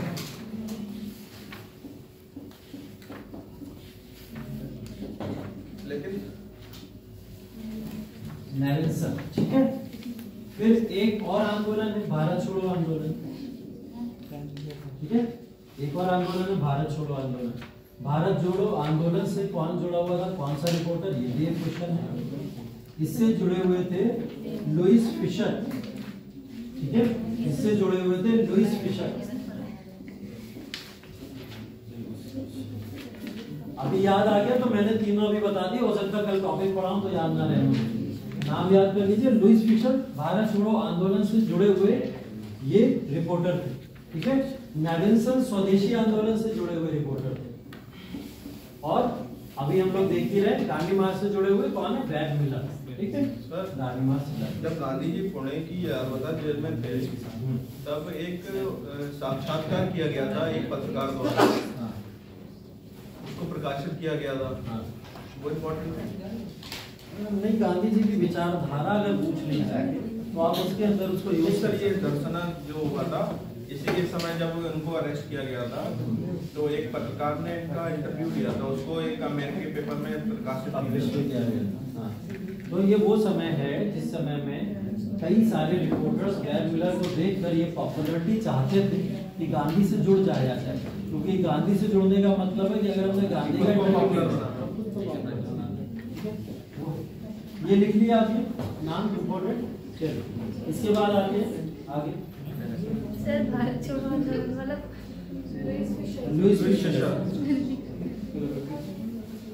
ये लिखा हुआ है गंदी राइट सर वो लुईस फिगर लिख रहा है। फिशर है केनी आप फिगर लिखा हुआ है। फिगर आउट कैसे कर नहीं पा रहे। पेशावर में इसके बाद में खान अब्दुल गफ्फार का इम्पोर्टेंट नाम है, इनको सीमांत गांधी के नाम से जाना जाता है। क्या हुआ सुन लो, पेशावर में खान अब्दुल गफ्फार था जिनको सीमांत गांधी के नाम से जाना जाता है, फ्रंटियर गांधी भी बोलते हैं जिनको, ठीक है। इन्होंने वहां से जो बेसिकली जो पूरा का पूरा आपका नॉर्थ का इलाका जिसको NWFP बोला जाता है, ठीक है, नॉर्थ पश्चिमोत्तर सीमा प्रांत कहा जाता है, नॉर्थ वेस्टर्न फ्रंटायर प्रोविंसेस, ठीक है। तो ये उत्तर प्रांत था पूरा का पूरा, जिसके अंदर पेशावर पाकिस्तान जो मॉडर्न डे का है, लाहौर सिंध वगैरह आता था सारा का सारा, वहां से इस आंदोलन को ये चला रहे थे खान अब्दुल गफ्फार खान। इनको सीमांत गांधी इसलिए बोला जाता था, गांधी के हर एक प्रिंसिपल को पूरी तरीके से फॉलो किया करते थे। लाल कुर्ती आंदोलन इन्होंने ही चलाया था, इसी नमक सत्याग्रह से रिलेटेड ये आंदोलन है, ठीक है। खुदाई खिदमत का इन्होंने एक ग्रुप बनाया था, इसका आयोजन किया था, जिसके अंदर सारे लोगों को ऐड किया था एक ग्रुप बना के। अब वो पार्टिसिपेट करते थे नमक सत्याग्रह या नमक कानून को तोड़ने में। तो यहाँ से अगर बात करें उत्तर भारत से किसने इसको लीड किया था, खान अब्दुल गफ्फार खान, ये भी नाम इंपॉर्टेंट है। तो पूछा क्या जाता है कि सिविल डिसोबीडियंस मूवमेंट से रीजनल क्षेत्र से जुड़े हुए लोगों के नाम पूछने जाता कि कहां से कौन व्यक्ति जुड़ा हुआ था, इंपॉर्टेंट क्यों है, तो ये आ जाता है। जैसे एक बार क्वेश्चन आया गया था मैच द फॉलोइंग्स में, और मैच द फॉलोइंग्स में खान अब्दुल गफ्फार खान का नाम लिखा हुआ था और ग्रुप का नाम लिखा था, इन्होंने किस चीज का आयोजन किया था, तो खुदाई खिदमत गाड़ी एक तरफ लिखा हुआ था। तो आपको वहाँ मैच द फॉलोइंग्स में ये क्वेश्चन मिलेगा, ठीक है, प्रीवियस एनालिसिस में देखेंगे आप इसको, ठीक है। तो ये इंपॉर्टेंट नाम है जो इस मूवमेंट से जुड़े हुए थे, ध्यान रखिएगा, खान अब्दुल गफ्फार खान। विशेषताएं वगैरह देख लीजिए, एक ही बताऊंगा मैं, ज्यादा नहीं बताऊंगा। इसमें महिलाओं की जो पूरी तरीके से पार्टिसिपेशन है वो बहुत इंपॉर्टेंट हो जाता है, क्योंकि इससे पहले के आंदोलनों में महिलाएं पार्टिसिपेट तो करती थी, लेकिन वो नाम पॉपुलर नहीं हो पाते थे शायद कि ये व्यक्ति यहाँ से इस आंदोलन को लीड करता है। पॉपुलराइजेशन नहीं मिली महिलाओं को, लेकिन इस आंदोलन ने महिलाओं को पॉपुलराइजेशन दी, पॉपुलरिटी दी इस आंदोलन ने महिलाओं को, कि महिलाएं भी भारत की आजादी में उतना ही सहयोग कर रही हैं जितना पुरुष वर्ग कर रहा है। और ये वो इंपॉर्टेंट नाम है जो सिविल डिसोबीडियंस मूवमेंट से जुड़े थे और जो महिला वर्ग है, बहुत इंपॉर्टेंट नाम है। जिसमें कस्तूरबा गांधी, अभी मैंने आपको बता ही दिया, ये आंदोलन को दर्शना वगैरह से लीड कर रही थी, ठीक है। कमला देवी चट्टोपाध्याय ये आंदोलन को पूर्वी इलाकों से लीड कर रही थी, असम का जो उड़ीसा का इलाका है ये पूरा का पूरा, वहां से इस आंदोलन को ये लीड कर रही थी, ठीक है। अवंतिका बाई गोखले ये पूरा का पूरा जो मद्रास या मिडिल जो आप रीजन देखोगे, महाराष्ट्र वगैरह तक चले आओ, यहाँ के रीजन से ये इस आंदोलन को लीड कर रही थी, ठीक है। गोपाल कृष्ण गोखले से कोई ताल्लुक नहीं है इनका, बिल्कुल भी दिमाग में मत लाइएगा, उनकी बेटी होंगी, उनकी वाइफ होंगी या जो भी होंगी, तो बिल्कुल नहीं, ठीक है, ये अलग कैरेक्टर है। लीलावती मुंशी और हंसाबेन मेहता, ये वो हाँ पूर्व की साइड से, जो उड़ीसा या असम का इलाका था वहां पे इसको लीड कर रही है, पूरब के इलाके से, ठीक है। कस्तूरबा गांधी पश्चिम के इलाके के अंदर है। मध्य भारत के अंदर अवंतिका बाई गोखले को देख लेंगे, लीलावती मुंशी, या मध्य या थोड़ा दक्षिण में भी जाओगे तब भी इन्हीं का गोखले का ही नाम आएगा, ठीक है। लीलावती मुंशी और हंसाबेन मेहता ये बेसिकली जो गुजरात का और पर्टिकुलर रीजन है या फिर आप कह सकते हो जो उत्तर भारत का थोड़ा रीजन है, वहां से ये आंदोलन को लीड कर रहे हैं, ठीक है। बाकी सब जैसा चाहती थी कांग्रेस वैसा ही हुआ। वो चाहते थे कर ना दे भारतीय, तो भारतीयों ने कर नहीं दिया। किसानों से चाहते थे कि बैकअप कर ले, तो किसानों ने भी साइड हो गए और आंदोलन में अपनी भागीदारी दिखाई। कई सारी ऐसी चीजें देखने को हमको यहाँ पे मिली। तो ये आंदोलन एक सफल आंदोलन माना गया अभी तक। लेकिन गांधी जी के अरेस्ट के बाद में, तमाम जो बड़े लीडर्स थे उनके अरेस्ट के बाद में, ये आंदोलन धीरे धीरे विफल होता चला गया, ठीक है। और विफल आंदोलन हम इसको इसलिए कह नहीं सकते क्योंकि जब तक ये आंदोलन चला तब तक उस आंदोलन ने भारत के अंदर काफी मेजर चेंजेस किए, ठीक है। कुछ रहना जावेद आज जाके अच्छा इंटरव्यू था तुम्हारा, बढ़िया, ठीक है। तो बेसिकली हुआ क्या था यहाँ पे, ये आंदोलन एक सफल आंदोलन चल रहा था और इस सफल आंदोलन के साथ में एक मेजर पॉइंट आ जाता है। वो क्या आ जाता है, राउंड टेबल कॉन्फ्रेंस, जिसको गोलमेज सम्मेलन कहते हैं। अब थोड़ा सा गोलमेज सम्मेलन के बारे में बता देता हूं आपको। 3 टोटल राउंड टेबल कॉन्फ्रेंसेस हुई। पहली 1930 के अंदर हुई थी, जिसके अंदर बोला गया था कि कांग्रेस को हम भारत के प्रतिनिधित्व के तौर पर इसलिए बुलाना चाहते हैं क्योंकि कांग्रेस ने साइमन कमीशन को एक्सेप्ट नहीं किया, एक तो ये बात थी। और आप एक नए कानून को लाना चाहते थे, नेहरू कमेटी रिपोर्ट, उसके लिए भी आप लोग राजी नहीं हो। तो आप लोग भारत में कैसा संवैधानिक विकास चाहते हो, भारत के अंदर आ जाओ, भारत से इंग्लैंड के अंदर आ जाओ और उसके ऊपर चर्चा कर लो। तो इस चर्चा के लिए 3 कॉन्फ्रेंसेस रखी गई। पहली कॉन्फ्रेंस 1930 में हुई, उसके अंदर कांग्रेस ने पूरी तरीके से उसका बहिष्कार कर दिया, मना कर दिया कि हम ऐसे किसी भी कॉन्फ्रेंस में नहीं जाएंगे जो अंग्रेज अपने साइड से करते हैं, मना कर दिया, पहला खारिज। लेकिन इसमें भी कुछ लोगों ने पार्टिसिपेट किया। वो लोग कौन थे, बी आर अम्बेडकर, सबसे पॉपुलर नाम है। बी आर अम्बेडकर क्यों पहुंचे थे, दलित वर्ग को लेकर, दलित वर्ग को रिप्रेजेंट करने, ठीक है। अब देखिए बी आर अम्बेडकर यहाँ से डिमांड कर रहे हैं किस चीज की, दलितों को अलग से सेपरेट इलेक्टोरेट की, मतलब अलग से निर्वाचन का अधिकार दलितों को दिया जाए। ये डिमांड तो एक भारतीय ही कर रहा है, ठीक है। तो आगे चल के हमको ये निर्वाचन मिलेगा भी, अभी हम लोग देखेंगे। हाँ, सरोजिनी नायडू का भी नाम आता है, सरोजिनी नायडू का जाता है, लेकिन कांग्रेस के रिप्रेजेंटेशन के तौर पर नहीं, ध्यान रखिएगा, अलग से, ठीक। ऐसे कई सारे नाम हैं। तो जब यहाँ पर कांग्रेस को बुलाया गया, कांग्रेस ने मना कर दिया। गांधी जी को बुलाया गया अलग से कि गांधी जी आप आ जाइए, हम आपको बुलाते हैं, अलग से इनवाइट करते हैं। तो गांधी जी ने इस बात पे मना कर दिया कि गांधी जी ने क्या करा था, इरविन के सामने कुछ मांगे की थी, उन मांगों को आपने ठुकरा दिया गया था, तो हम नहीं आने वाले किसी भी तरीके से। पहले में रिजेक्ट कर दिया गया। दूसरे वाले में इरविन के ऊपर बहुत तगड़ा प्रेशर आया इंग्लैंड की तरफ से, गांधी को एट एनी हाउ भारत से इंग्लैंड लेके आओ, बहुत तगड़ा प्रेशर आया सेकंड वाले कॉन्फ्रेंस में। और जब ये प्रेशर गांधी का इरविन के ऊपर आया तो इरविन की नजर कहाँ जाएगी, 11 सूत्री फॉर्मूले के ऊपर, जिसको उसने फेंका था साइड में उठा के कि मैं तो इग्नोर कर रहा हूँ इसको, मैं देखूंगा मैंने। उसने बुलाया गांधी और गांधी से बोला कि ऐसा है कि आप लोग जो जो बात हमसे डिमांड कर रहे थे, हम सारी डिमांड मानने को तैयार हैं, लेकिन आपको हमारी 2 डिमांड माननी पड़ेगी। गांधी जी के सामने 2 बातें रखी गई। पहली डिमांड ये थी कि सिविल डिसोबीडियंस मूवमेंट को समाप्त कर दिया जाए, सविनय अवज्ञा आंदोलन अभी समाप्त कर दिया जाए। गांधी जी बोले समाप्त कर देंगे अगर आपने हमारी डिमांड्स मान ली सारी की सारी, ठीक है, बात सही है, यहाँ चलो ठीक चल रहा है। दूसरा वाला उन्होंने बोला राउंड टेबल कॉन्फ्रेंस में आपको आना पड़ेगा, ये कंपल्सरी है आपके लिए। तो गांधी जी ने इस बात पे कांग्रेस से चर्चा की। कांग्रेस ने बोला ये आपका पर्सनल है, अगर आप जाना चाहें तो जा सकते हैं, लेकिन कांग्रेस पार्टिसिपेट नहीं करना चाहती है। 2 मत लिखे हुए किताबों के अंदर, स्पेक्ट्रम लिख के दे रहा है आपको कि कांग्रेस ने पार्टिसिपेट नहीं किया तीनों कॉन्फ्रेंसेस के अंदर। स्पेक्ट्रम में ये शब्द लिखे हुए हैं। एक किताब इस बात को लिख रही है कि कांग्रेस ने गांधी जी को परमिशन दे दी थी कि वो कांग्रेस का प्रतिनिधित्व कर सकते हैं जाकर सेकंड वाले कॉन्फ्रेंस के अंदर। अब बताओ क्या करा जाए, दोनों मत है। एक में लिखा जा रहा है कि कांग्रेस ने पार्टिसिपेट ही नहीं किया तीनों कॉन्फ्रेंसेस के अंदर, एक में बोला जा रहा है कांग्रेस ने गांधी जी को अपने प्रतिनिधित्व के तौर पर भेज दिया था सेकंड वाले कॉन्फ्रेंस में। है दुविधा, कैसे सॉल्व करोगे इसको, किसकी मानोगे, एनसीईआरटी की मानोगे। एनसीईआरटी में लिखी हुई ये बात कि जब कॉन्फ्रेंसेस हुई थी तो कांग्रेस ने तीनों में पार्टिसिपेट नहीं किया था, ठीक है। तो कांग्रेस ने पार्टिसिपेशन नहीं किया था। इसका आधार उन्होंने ये बनाया क्योंकि कांग्रेस से गांधी जी इस समय इस्तीफा दे चुके, ठीक है।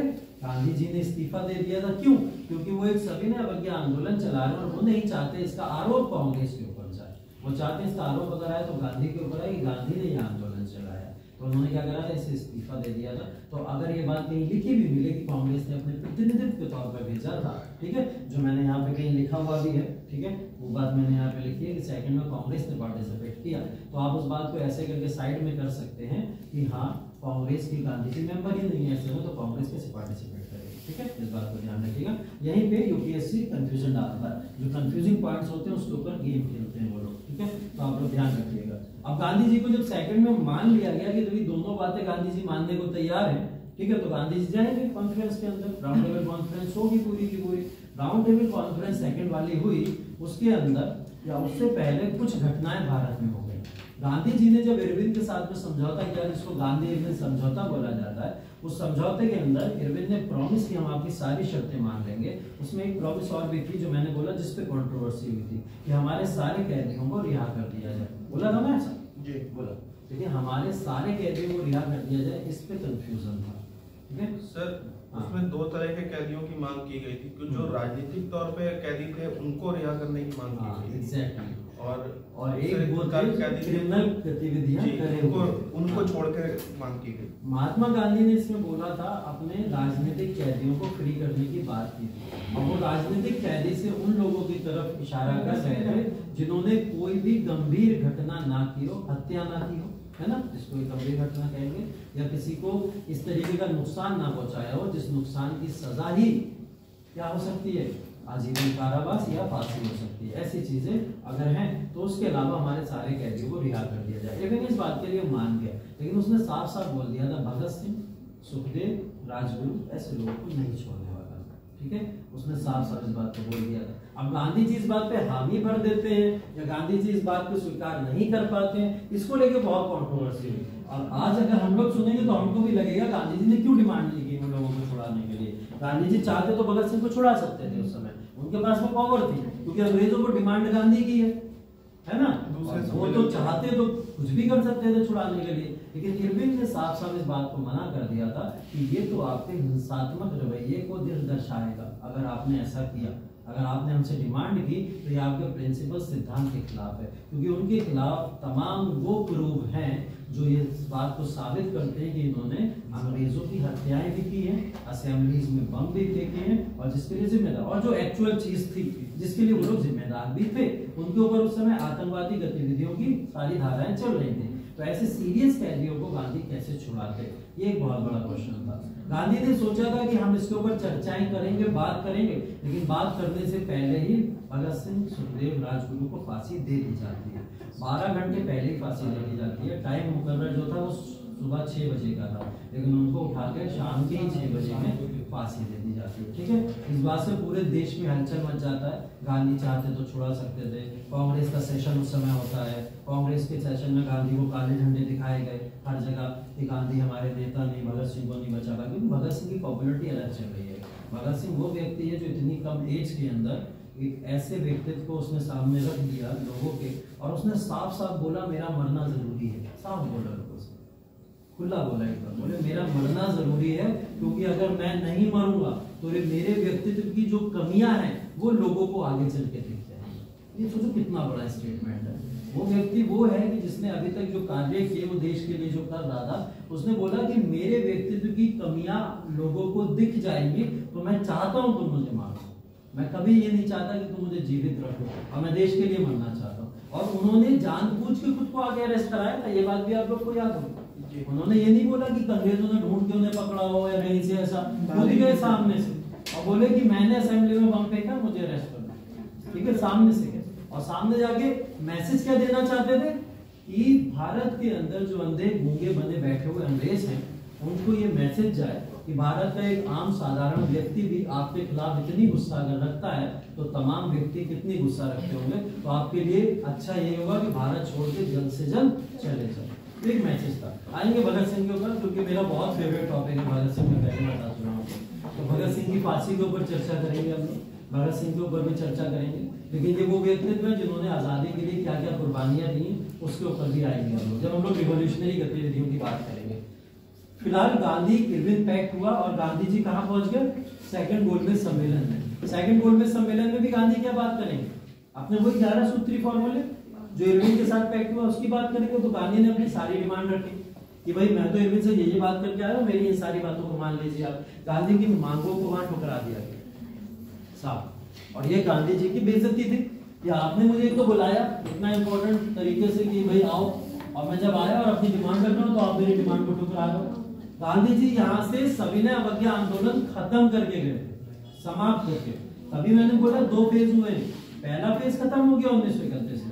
गांधी जी ने बोला कि आपने मेरी बात नहीं मानी, गांधी जी वापस आए और 1932 में इन्होंने अनाउंस करा अब भारत में दूसरा सविनय अवज्ञा आंदोलन चलेगा। पहला वाला बहुत सक्सेसफुल, सेकंड वाले का इम्पैक्ट लगभग निष्क्रिय था, ठीक है। तो सेकंड आंदोलन ज्यादा नहीं चल पाया, गांधी की गिरफ्तारी हो गई, बड़े लीडर सबको जेल में डाल दिया गया उस समय, और ये सब चीजें हुई। गांधी जी को जब इस समय जेल डाला गया 1932 में, तो गांधी जी इस समय थे यरबदा जेल के अंदर। कहां थे? यरबदा जेल के अंदर। और इसी समय तीनों गोलमेज सम्मेलन फाइनल हो गई, और तीनों गोलमेज सम्मेलन फाइनल होने के बाद में B.R. अम्बेडकर एक कोशिश बार बार कर रहे हैं दलित वर्गों के लिए अलग से निर्वाचन, दलित वर्गों को अलग से निर्वाचन लेकर वो वापस आए, ठीक है। और ये किसके फॉर्म में आता है भारत के अंदर? मैकडोनाल्ड अवार्ड के फॉर्म में आता है, जिसको हम लोग क्या बोलते हैं? सांप्रदायिक पुरस्कार के फॉर्म में हम लोग जानते हैं, या फिर सांप्रदायिक पंचायत के फॉर्म में इसको जानते हैं। कब भारत में आता है? 1932 के अंदर आता है। और ये साफ साफ बोलता है भारत के अंदर आकर कि अल्पसंख्यक वर्गों को जिस तरीके से सेपरेट इलेक्टोरेट या अलग से निर्वाचन का अधिकार मिला हुआ है, ये अधिकार भारत के अंदर दलित वर्ग को भी मिलेगा, ठीक है। अब ये जो दलित वर्ग को निर्वाचन देने का जो अधिकार था, अब इसके अंदर 2 आइडियोलॉजी है। देखिए दोनों आइडियोलॉजी को समझिएगा, दोनों गलत नहीं है, ठीक। मैं पहले ही बता दे रहा हूँ दोनों गलत नहीं है। इसमें गांधी की विचारधारा एकदम विपरीत है अम्बेडकर से। अम्बेडकर यहाँ गांधी को अपोज कर रहे हैं, तो दोनों एक दूसरे से आइडियोलॉजिकली मैच नहीं करते हैं बिल्कुल भी। लेकिन आप क्या दोनों में से किसी एक के साथ खड़े हो जाओगे जाके? बिल्कुल भी नहीं। आपको दोनों को फेवर करना पड़ेगा और दोनों की विचारधारा को समझना पड़ेगा। अम्बेडकर से गांधी ने यह बात बोली कि अगर आप भारत के अंदर सेपरेट इलेक्टोरेट को लागू होने देते हो तो इसके अंदर क्या होगा?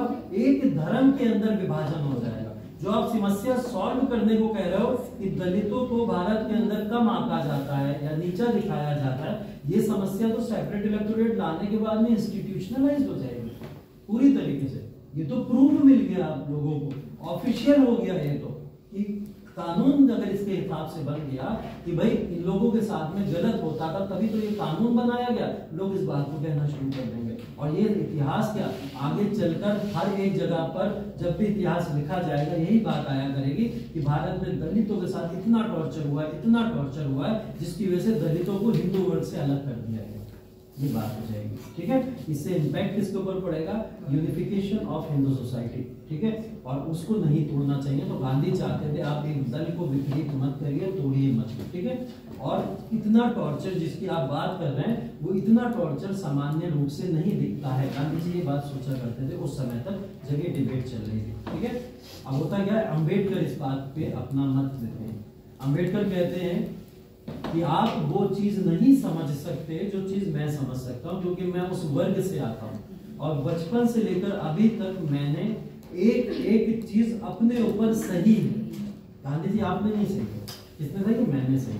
मैंने वो चीज सही है, मैंने देखा है अपनी आंखों से कि अगर कोई बाहर खड़े होकर नाले के पानी को उनको पिलाया जा रहा है, ये भी हमने देखा है, ठीक है। अगर वो नल से पानी भरने भी चले जाते थे तो उन्हें गांव से निकाल दिया जाता था। अगर वो गीता रामायण को कान से सुन लेते तो कान में शोरा डाल दिया जाता था गर्म करके पूरा जिससे उनके कान जल जाते थे। ये सब समस्याएं हमने झेली, हमने देखी। ये समस्याएं के बारे में गांधी जी आपने पढ़ा जरूर होगा और आप सहानुभूति दलितों को दिखा सकते हो, लेकिन दलित की एक्चुअल प्रॉब्लम, क्योंकि मैं खुद दलित हूँ, मैं ही समझ सकता हूँ। अम्बेडकर के वक्तव्य एकदम सही थे यहाँ पे, ठीक है, इसमें भी कोई कमी नहीं है। अम्बेडकर ये समस्याओं को देखते हुए ही तभी तो डिमांड करने लगा था कि एक वर्ग को अलग कर दो, सेपरेट इलेक्टोरेट दे दो। बट प्रॉब्लम क्या थी? गांधी का मत इसलिए सही है यहाँ पर कि इस प्रॉब्लम को सेपरेट करके सॉल्व मत करो, आप बांट के सॉल्व मत करो। ये तो बांटो राज करो वाली अंग्रेजों वाली नीति हो जाएगी। आप दोनों को साथ में और लाने की कोशिश करो ना, आप दोनों को साथ में बैठाने की कोशिश करो ना। अगर सेपरेट इलेक्टोरेट इनको मिल भी जाता था, अगर मिल गया होता कभी, तो आप तो ये कार्य करिए कि दोनों को एक ही कर दीजिए। जिससे दलित वर्ग का व्यक्ति आगे चलकर ब्राह्मण वर्ग के व्यक्ति को वोट दे पाए, ये कार्य करिए आप। और ये ब्राह्मण वर्ग का व्यक्ति दलित वर्ग के व्यक्ति को वोट दे पाए, ये कार्य आप करिए। तो गांधी जी का भी गलत नहीं है, गांधी जी भी सोचते थे यूनिटी के लिए। तो मैं ये कह रहा हूँ दोनों लोगों की थिंकिंग यहाँ पर विपरीत जरूर हो सकती है, लेकिन गलत नहीं हो सकती। ठीक है, दोनों अपनी जगह सही थे। बात हुई यरगोदा जेल के अंदर, जब ये बात गांधी जी को पता चली कि सांप्रदायिक पुरस्कार आ चुका है और इसने भारत में एक कानून लागू कर दिया, अब दलितों को भी अलग से अधिकार मिलेगा वोट का, गांधी जी हड़ताल पे बैठ गए यरगोदा जेल के अंदर ही, और उन्होंने भूख हड़ताल कर दी। भूख हड़ताल, अम्बेडकर इस बात को मानने को तैयार नहीं थे, गांधी जी की बात माने, उन्हें तो चाहिए था सेपरेट इलेक्टोरेट, और वो कब से कोशिश कर रहे हैं, अब जाके मिल पाया। अब वो इसको वापस लेने के लिए कैसे बोल रहे हैं? लेकिन गांधी जी की हालत स्थिर होती चली जा रही है, जेल के अंदर वो है, काफी कांग्रेस के लीडर समझाने गए, लेकिन उनकी हालत नहीं सुधर रही है, वो भूख हड़ताल नहीं छोड़ रहे थे। गांधी जी ने अम्बेडकर जी को मिलने बुलाया, वहां पर एक समझौता हुआ जिसको पूना पैक्ट के नाम से जानते हैं, पूना समझौता 1930 पूना समझौता। ठीक है, इसी समय में हुआ पूना समझौता में गांधी जी की बात अम्बेडकर जी ने मान ली। क्यों मान ली? क्योंकि वो नहीं चाहते थे भारत से एक इतना बड़ा लीडर सिर्फ इस वजह से उसकी हत्या हो जाए या मार दिया जाए या भूख हड़ताल में उनकी मृत्यु हो जाए, क्योंकि उनकी हालत बहुत स्थिर होती चली जा रही है ना। इस वजह से मजा है कि मैंने उनकी एक जिद नहीं मानी, सिर्फ इस वजह से। और इसका आरोप पूरा का पूरा किसके ऊपर आएगा? अम्बेडकर के ऊपर आएगा, है ना। तो ये कभी नहीं होना चाहिए। तो अम्बेडकर जी यहाँ पर अपना बड़प्पन दिखाते हुए इस बात को मान लेते हैं, गांधी जी के समझौते पे साइन कर देते हैं। गांधी जी तो जेल में, तो ऑफिशियल सिग्नेचर नहीं कर सकते, तो पूना समझौता किस किस के बीच होता है? गांधी जी और अम्बेडकर के बीच में जरूर होता है, लेकिन गांधी जी की तरफ से साइन करते हैं हिंदू महासभा के अध्यक्ष कौन? मदन मोहन मालवीय। क्योंकि हिंदू महासभा के अध्यक्ष का साइन करवाना इसलिए जरूरी था क्योंकि हिंदू महासभा और दलित वर्ग में एक सेपरेशन था, इसको साथ में लाने के लिए उन दोनों से सिग्नेचर कराए गए। तो एक बहुत बड़ी समस्या जो भारत में बन सकती थी, इंस्टीट्यूशनलाइज हो सकती थी, आज की राजनीति में उसका बहुत असर दिखता, ऐसी समस्या को गांधी ने उस समय सॉल्व कर दिया और अम्बेडकर जी ने वहां पर अपना बड़प्पन दिखाकर उस समस्या को सॉल्व कर दिया। तो दोनों का बहुत अच्छा योगदान यहाँ पर देखने को मिला, जिसकी वजह से परेशानी सॉल्व। सांप्रदायिक पुरस्कार आप लोग पढ़ लीजिएगा। पूना पैक्ट में क्या बोल रहा हूँ? ये हाँ आ रहा हूँ, ये याद रखिएगा, लोथियन समिति है, ये वो समिति है जिसका नाम अभी तक आप लोगों ने नहीं सुना होगा। ये जो भी सांप्रदायिक पंचांग आया था, जिसको मैकडोनाल्ड अवार्ड कहते हैं, उसको लाने के लिए समिति के ही वर्ग के लोगों ने यहाँ पर ये पूरा का पूरा आइडिया दिया था कि मैकडोनाल्ड अवार्ड में क्या क्या होना चाहिए। ठीक है, तो ये समिति इंपॉर्टेंट है, कभी भी पूछी जाए तो ध्यान रखिएगा। सर, जो प्रथम गोलमेज सम्मेलन में ये मैकडोनाल्ड थे, हाँ ये वही है ना? हाँ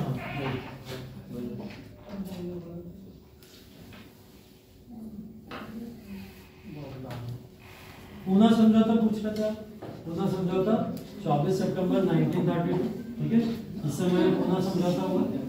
पूना समझौता मैंने बता दिया बेसिकली किस बेसिस पे हुआ। इसके अंदर एक चीज हुई थी बेसिक, वो ये है कि पूना समझौता के अंदर एक चीज को मेंशन किया गया था, वो ये थी कि दलितों को जो अलग से निर्वाचन का जो अधिकार दिया जा रहा है, उसकी जगह उनको रिप्रेजेंटेशन दे दिया जाएगा। ठीक है, क्या बोला गया था? गांधी जी इसके अगेंस्ट में नहीं थे कि आप उनको रिप्रेजेंटेशन, तो संसद में जितने भी व्यक्ति चुन के जाएंगे उनको निर्वाचन करने का एक अधिकार अलग से ना देने की बजाय क्या बोल दिया गया? अलग से रिप्रेजेंटेशन दे दिया जाएगा। मतलब जैसे अल्पसंख्यकों को दिया जाएगा, जिन्ना ने डिमांड की थी 1/3 की डिमांड की थी, वैसे ही पूना समझौता में हुआ कि एक रिप्रेजेंटेशन आपको दे दिया जाएगा और संख्या भी आपकी संसद में बढ़ा दी जाएगी। आरक्षित सीटों की संख्या बढ़ाकर कितनी कर दी गई? 71 से 147 कर दी गई थी। ठीक है, ये इंपॉर्टेंट फैक्ट है पूना समझौता के अंदर। यहाँ पर विधानमंडलों में कुल सीटों का 18% रिजर्वेशन किसके लिए हो गया था? दलितों के लिए। ठीक है, केवल एक ही है ना? हाँ, बस यही इंपॉर्टेंट।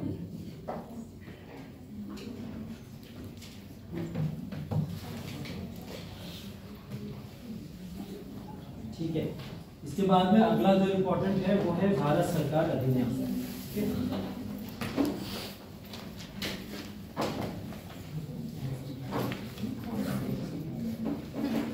अभी इंटरव्यू के क्वेश्चन देख के तुम लोग को इतना तो पता चल गया होगा, जो मैंने पूछे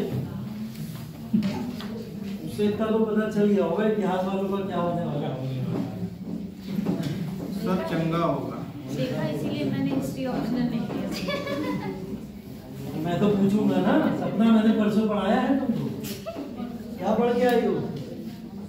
सर मेरा ऑप्शनल नहीं।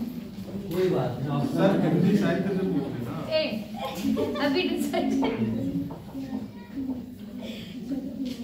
मैंने आप लोग को एक जेस्चर बताया था,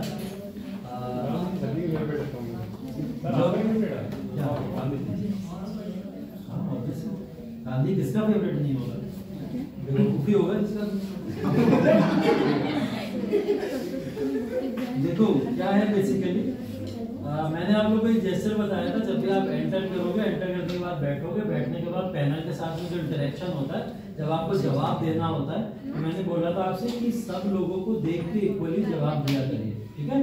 पैनल के सब व्यक्ति बैठे हुए, अगर आप किसी को नहीं देखोगे तो वो बड़ा असम्मानित सा फील होता है, ठीक है? तो हम लोग जब भी इस चीजों को करते हैं या जो भी चीजें करते हैं, इसके दो पॉइंट ऑफ व्यू होते हैं, दो नजरिए होते हैं।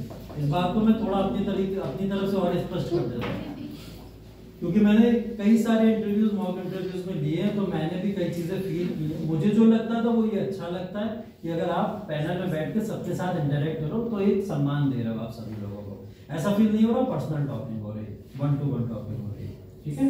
लेकिन कुछ लोग इस बात को खारिज भी करते हैं, ठीक है? कुछ लोग इस बात को खारिज ऐसे करते हैं, उन लोग का कहना ये होता है कि जिसने आपसे क्वेश्चन पूछा है आप उसको ही आंसर दो, सिर्फ और सिर्फ, आपको पूरे पैनल के साथ इंटरेक्ट करने की जरूरत नहीं है, ऐसा बोला जाता है, ठीक है? और ये जो शब्द हैं एक बहुत बड़े व्यक्ति के हैं जिनके बारे में आप लोग लगातार सुनते रहते हो, तो मैंने देखा विकास दिव्य कीर्ति, ठीक है? विकास दिव्य कीर्ति जी ने ये बात बोली थी और कई बार वो इस बात का जिक्र कर चुके हैं। तो उन्होंने बोला था ये आपके पर्सनल, आपके ऊपर है कि आप चाहे मेरी बात माने चाहे ना माने, या किसी और की भी मान सकते हैं, ठीक है? तो कई सारे लोग इस बात को भी वैल्यू देते हैं कि आप सबके साथ में इंटरेक्ट करो, पैनल में जितने लोग बैठे हुए। और विकास दिव्य कीर्ति सर का ये मानना है कि अगर आप हम सबके साथ इंटरेक्ट करोगे, एक व्यक्ति ने अगर आपसे क्वेश्चन पूछा, आप उसकी तरफ से नजर हटा के अगर दूसरे व्यक्ति की तरफ लेके जाते हो तो उसको थोड़ा सा असहज महसूस होता है कि पूछा तो मैंने था, तो ये दूसरों को आंसर क्यों दे रहा है। पहली चीज ये निगेटिव जा सकती है। दूसरी चीज ये निगेटिव जा सकती है कि तीसरा या चौथा व्यक्ति जो इंटरव्यू पैनल में बैठा हुआ है, वो तो नीचे कॉपी में क्वेश्चन अपने तैयार कर रहा है कि अगले आपसे ये क्वेश्चन पूछूंगा मैं, ठीक है? कि अगले ये पूछूंगा, या वो आपकी पर्सनैलिटी को जज करके मार्किंग कर रहा है, आप उसकी तरफ देख के आंसर देने लगे तो फिर उसको भी क्या होगा, एकदम से एक्टिव होना पड़ेगा, वो अपना कार्य न करके आपके ऊपर अटेंशन देने लगेगा, ठीक है? तो इससे वो डिस्टर्ब होता है, तो ये डिस्टर्बेंस भी आपको क्रिएट नहीं करनी है। तो ये सब देखिए मूड के ऊपर डिपेंड करता है पैनल के, पैनल इसके ऊपर आपको अच्छी मार्किंग भी कर सकता है, निगेटिव मार्किंग भी कर सकता है। विकास दिव्य कीर्ति सर की बात एकदम सत्य मैं नहीं कहूंगा है और एकदम असत्य है ये भी नहीं कहूंगा, ठीक है? दोनों मत हो सकते हैं, वो आप लोग अपने आधार पर देखिएगा। आप लोग जब इंटरव्यू पैनल में बैठे होंगे तो आप 2 से 3 बार के क्वेश्चंस में इतना जज कर लोगे कि पैनल हमारे साथ इंटरेक्टिव है। अगर पैनल के सारे सदस्य पेन कॉपी छोड़ के बैठे हुए और सिर्फ आप पे अटेंशन दे रहे तो आपकी जिम्मेदारी है आप सबको अटेंशन दोगे। लेकिन अगर आयोग के जितने भी मेंबर्स हैं, अगर वो वहां पे बैठे हुए और वो अगर इतना तो दिख जाएगा ना सामने बैठ के कौन क्या क्या कर रहा है, अगर आपको लगे ये व्यक्ति इन्वॉल्व है अपने किसी कार्य में, पैनल का और अध्यक्ष इन्वॉल्व है, तो आप लोग सीधा 1-to-1 टॉपिक पे डिस्कशन कर सकते हो, ठीक है? इस बात को ध्यान रखें। ये वहां पे डिपेंड करेगा जब आप इंटरव्यू में बैठे होंगे, तो किसी भी बात को इसमें ऐसा मत मानिएगा कि ऐसा ही करना है या वैसा करना है। ये तब आप डिसाइड करोगे जब आप पैनल में जाके बैठोगे, ठीक है?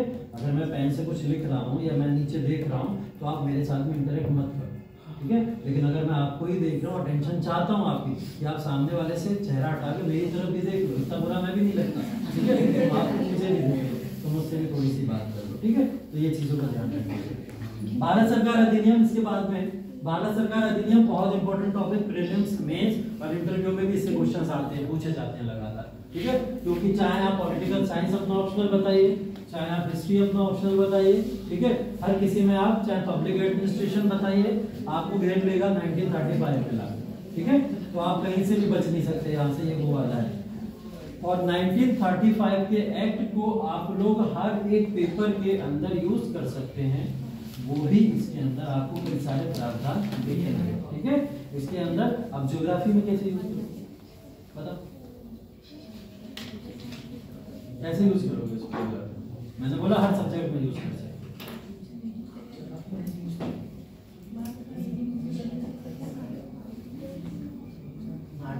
रीजन नहीं है, दिखाता हूँ। ज्योग्राफी में इसको कैसे यूज करोगे दिखा,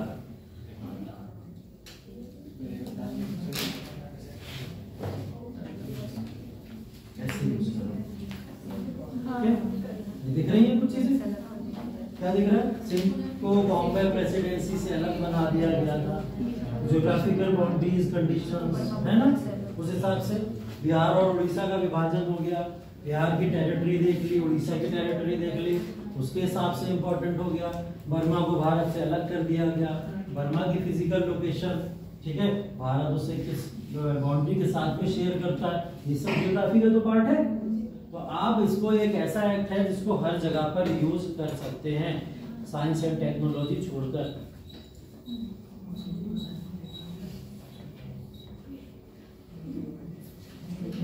देख लो इसकी इंपॉर्टेंट जो चीजें हैं। पहली चीज तो इसका उद्देश्य बेसिकली भारत के सरकार के लिए प्रावधान करने हेतु एक अधिनियम था। मतलब कांग्रेस चाहती थी जो संविधान भारत के अंदर लाना, उस संविधान को भारतीय के पक्ष में, उनके फेवर में ज्यादा से ज्यादा सीट्स का जो भी एलोकेशन चाहिए था, ये अधिनियम उसी के लिए लाया गया था कि भारतीयों को यहाँ से राहतें दी जाए। ठीक है, गोलमेज सम्मेलन के बाद में लगातार डिमांड भी बढ़ गई थी, जैसा आप लोग देख रहे हैं, और उसके बाद में दूसरा सिविल डिसोबीडियंस मूवमेंट भी शुरू हो गया था। इस सबको समाप्त करने के लिए एक ना एक एक्ट तो भेजना ही था, जो इतिहास से हम देखते चले आए हैं, होता चला आ रहा है। ठीक है, प्रादेशिक विस्तार इसका वही है, ब्रिटिश नियंत्रण के अंदर जो क्षेत्र है, जिसको मैंने बोला था ब्रिटिश इंडिया के अंतर्गत के जो क्षेत्र हैं, जो भी रियासतें उनको हटा दीजिए, वहां लागू नहीं होगा, लेकिन ब्रिटिश नियंत्रण के जो क्षेत्र हैं उन पर यह लागू हुआ करता था। ठीक है, कहां से अधिनियमित पारित किया गया था? यूनाइटेड किंगडम की संसद से पारित हुआ था। डेट क्या है इसकी स्वीकृति की? 14 जुलाई 1935 है। शुरू कब से हुआ? 1 अप्रैल 1937 में। ये सब पॉलिटी में आप पढ़ चुके होंगे, लेकिन इसकी स्थिति आज के समय में क्या है, इसको निरस्त कर दिया गया था 1950 में। ठीक है, तो 1935 जैसा कोई अधिनियम भारत के अंदर अभी नहीं है, जैसा कि आईपीसी जैसे अधिनियम भारत में अभी तक थे, लेकिन उनको अब समाप्त कर दिया गया। ठीक है, तो अगर इसको समाप्त करने की डेट देखी जाए तो 1950, उसको 1950 में निरस्त कर दिया गया था। अब ऐसा कोई कानून हमारे यहाँ नहीं, लेकिन हाँ, इसके क्लॉजेज इतने ज्यादा अच्छे थे कि जो भारतीयों के फेवर के जो क्लॉजेस थे, हमने वो सारे क्लॉजेस को एक्सेप्ट कर लिया। ठीक है, तो भारत का संविधान बना, जब संविधान सभा बनी तो चर्चाएं हुई, तो उस चर्चा में सबसे पहली चीज पता क्या हुई थी? वो यही हुई थी 1773 के रेगुलेटिंग एक्ट से लेकर 1940s तक जितने भी कानून अंग्रेज लेके आए, उन सब में से अच्छी अच्छी चीजें निकाल लो जो भारतीयों के फेवर में, और उसमें से सबसे अच्छी चीजें हमें यहीं पे मिली। ठीक है, क्योंकि इस समय भारत में सबसे ज्यादा सुधार हो चुका था और भारतीय लोग 1935 के अधिनियम से खुश भी थे और दुखी भी थे। उसके भी रीजन मैं बताऊंगा आपको क्या कारण है। देख लीजिए भारत सरकार अधिनियम, इसकी पृष्ठभूमि तो आप लोग समझते ही, प्रथम विश्व युद्ध की तरफ धकेल जो भी चीजें थी, उसने 1919 का जो एक्ट लेके आए थे। अब एक चर्चाएं पूरी दुनिया में और चलना शुरू हो गई थी, जो द्वितीय विश्व युद्ध की तरफ लेके जा रही थी। अब द्वितीय विश्व युद्ध से पहले तैयारी करनी है, और वो तैयारी भारतीय तो फिर से चाहिए होंगे ना अंग्रेजों को, तो ऐसा कानून कोई ना कोई दे दो जिससे भारतीय पहले से ही खुश हो जाए। तो हमने तो आगे चल के तैयारी भी करनी है युद्ध की, तो इस वजह से इस युद्ध को बेसिकली लाया गया था।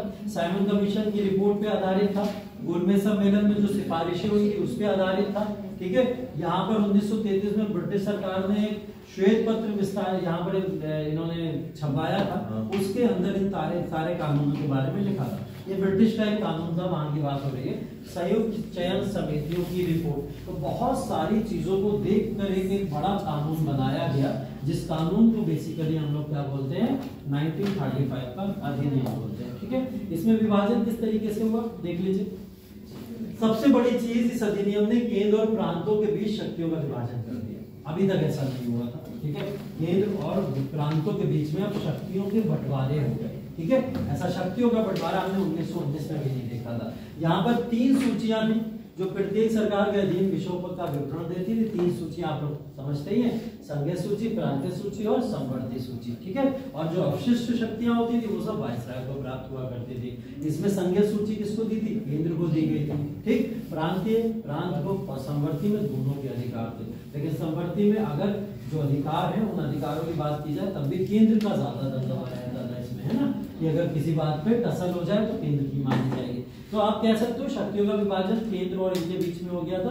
अब देखिए क्या क्या परिवर्तन लाए गए थे इसके अंतर्गत, उनकी बात अगर हम लोग करें एक एक शब्द के अंदर, तो पहली बात तो जो प्रांतों की फ्रीडम थी उसकी बात की जा रही है यहाँ पे, जो आपको याद होगा नेहरू रिपोर्ट में भी बात की गई, नेहरू रिपोर्ट में बात की गई थी ना, लेकिन वो केंद्र को पूरी तरीके से केंद्र और प्रांतों के शक्तियों के बंटवारे की बात नहीं कर रहे थे। ये बात को जिन्ना के द्वारा की गई थी, जिन्ना ने बात की थी, ठीक है।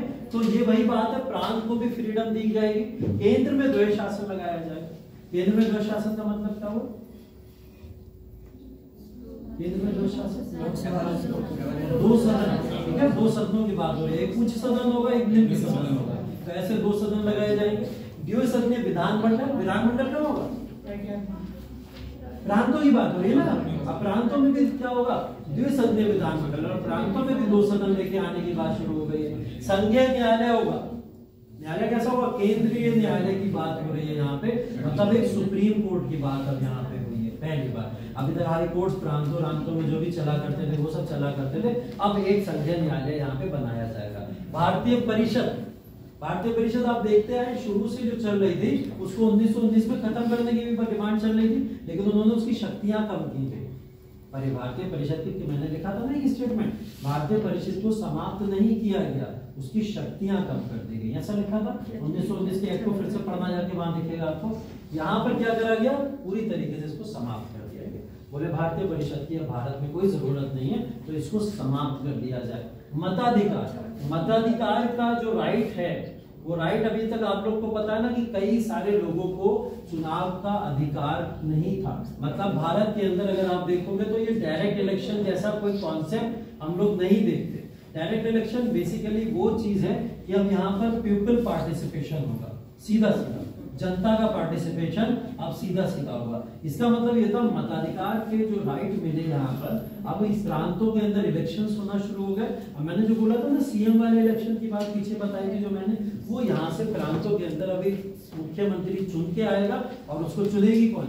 जनता चुनेगी। और ये जनता कौन होगी? अब इस जनता के अंदर जो एक भेदभाव था ना इलेक्शंस को लेकर, कौन सा भेदभाव कि महिलाएं वोट नहीं दे सकती, ठीक है, या निचले तबके के लोग वोट नहीं दे सकते, या फिर बोला जाता था कि जो कमजोर वर्ग हैं, अनपढ़ लोग हैं, अनएजुकेटेड लोग हैं, वो लोग वोट नहीं दे सकते। इस पूरे के पूरे विभाजन को समाप्त करने की बात की जा रही है और वोट के अधिकार सबको देने की यहाँ पे बात की जा रही है। पुनर्निर्माण की बात की जा रही है, फिर से एक नया संविधान बनाने की, या नए कानूनों को, जो पुराने कानून जितने भी थे उनको हटाकर एक नया तरीके से कानून बनाने की इसमें बात की जा रही है, ठीक है। इसका डिटेल विस्तार में पूरा का पूरा आपको मैंने यहाँ पर दे दिया।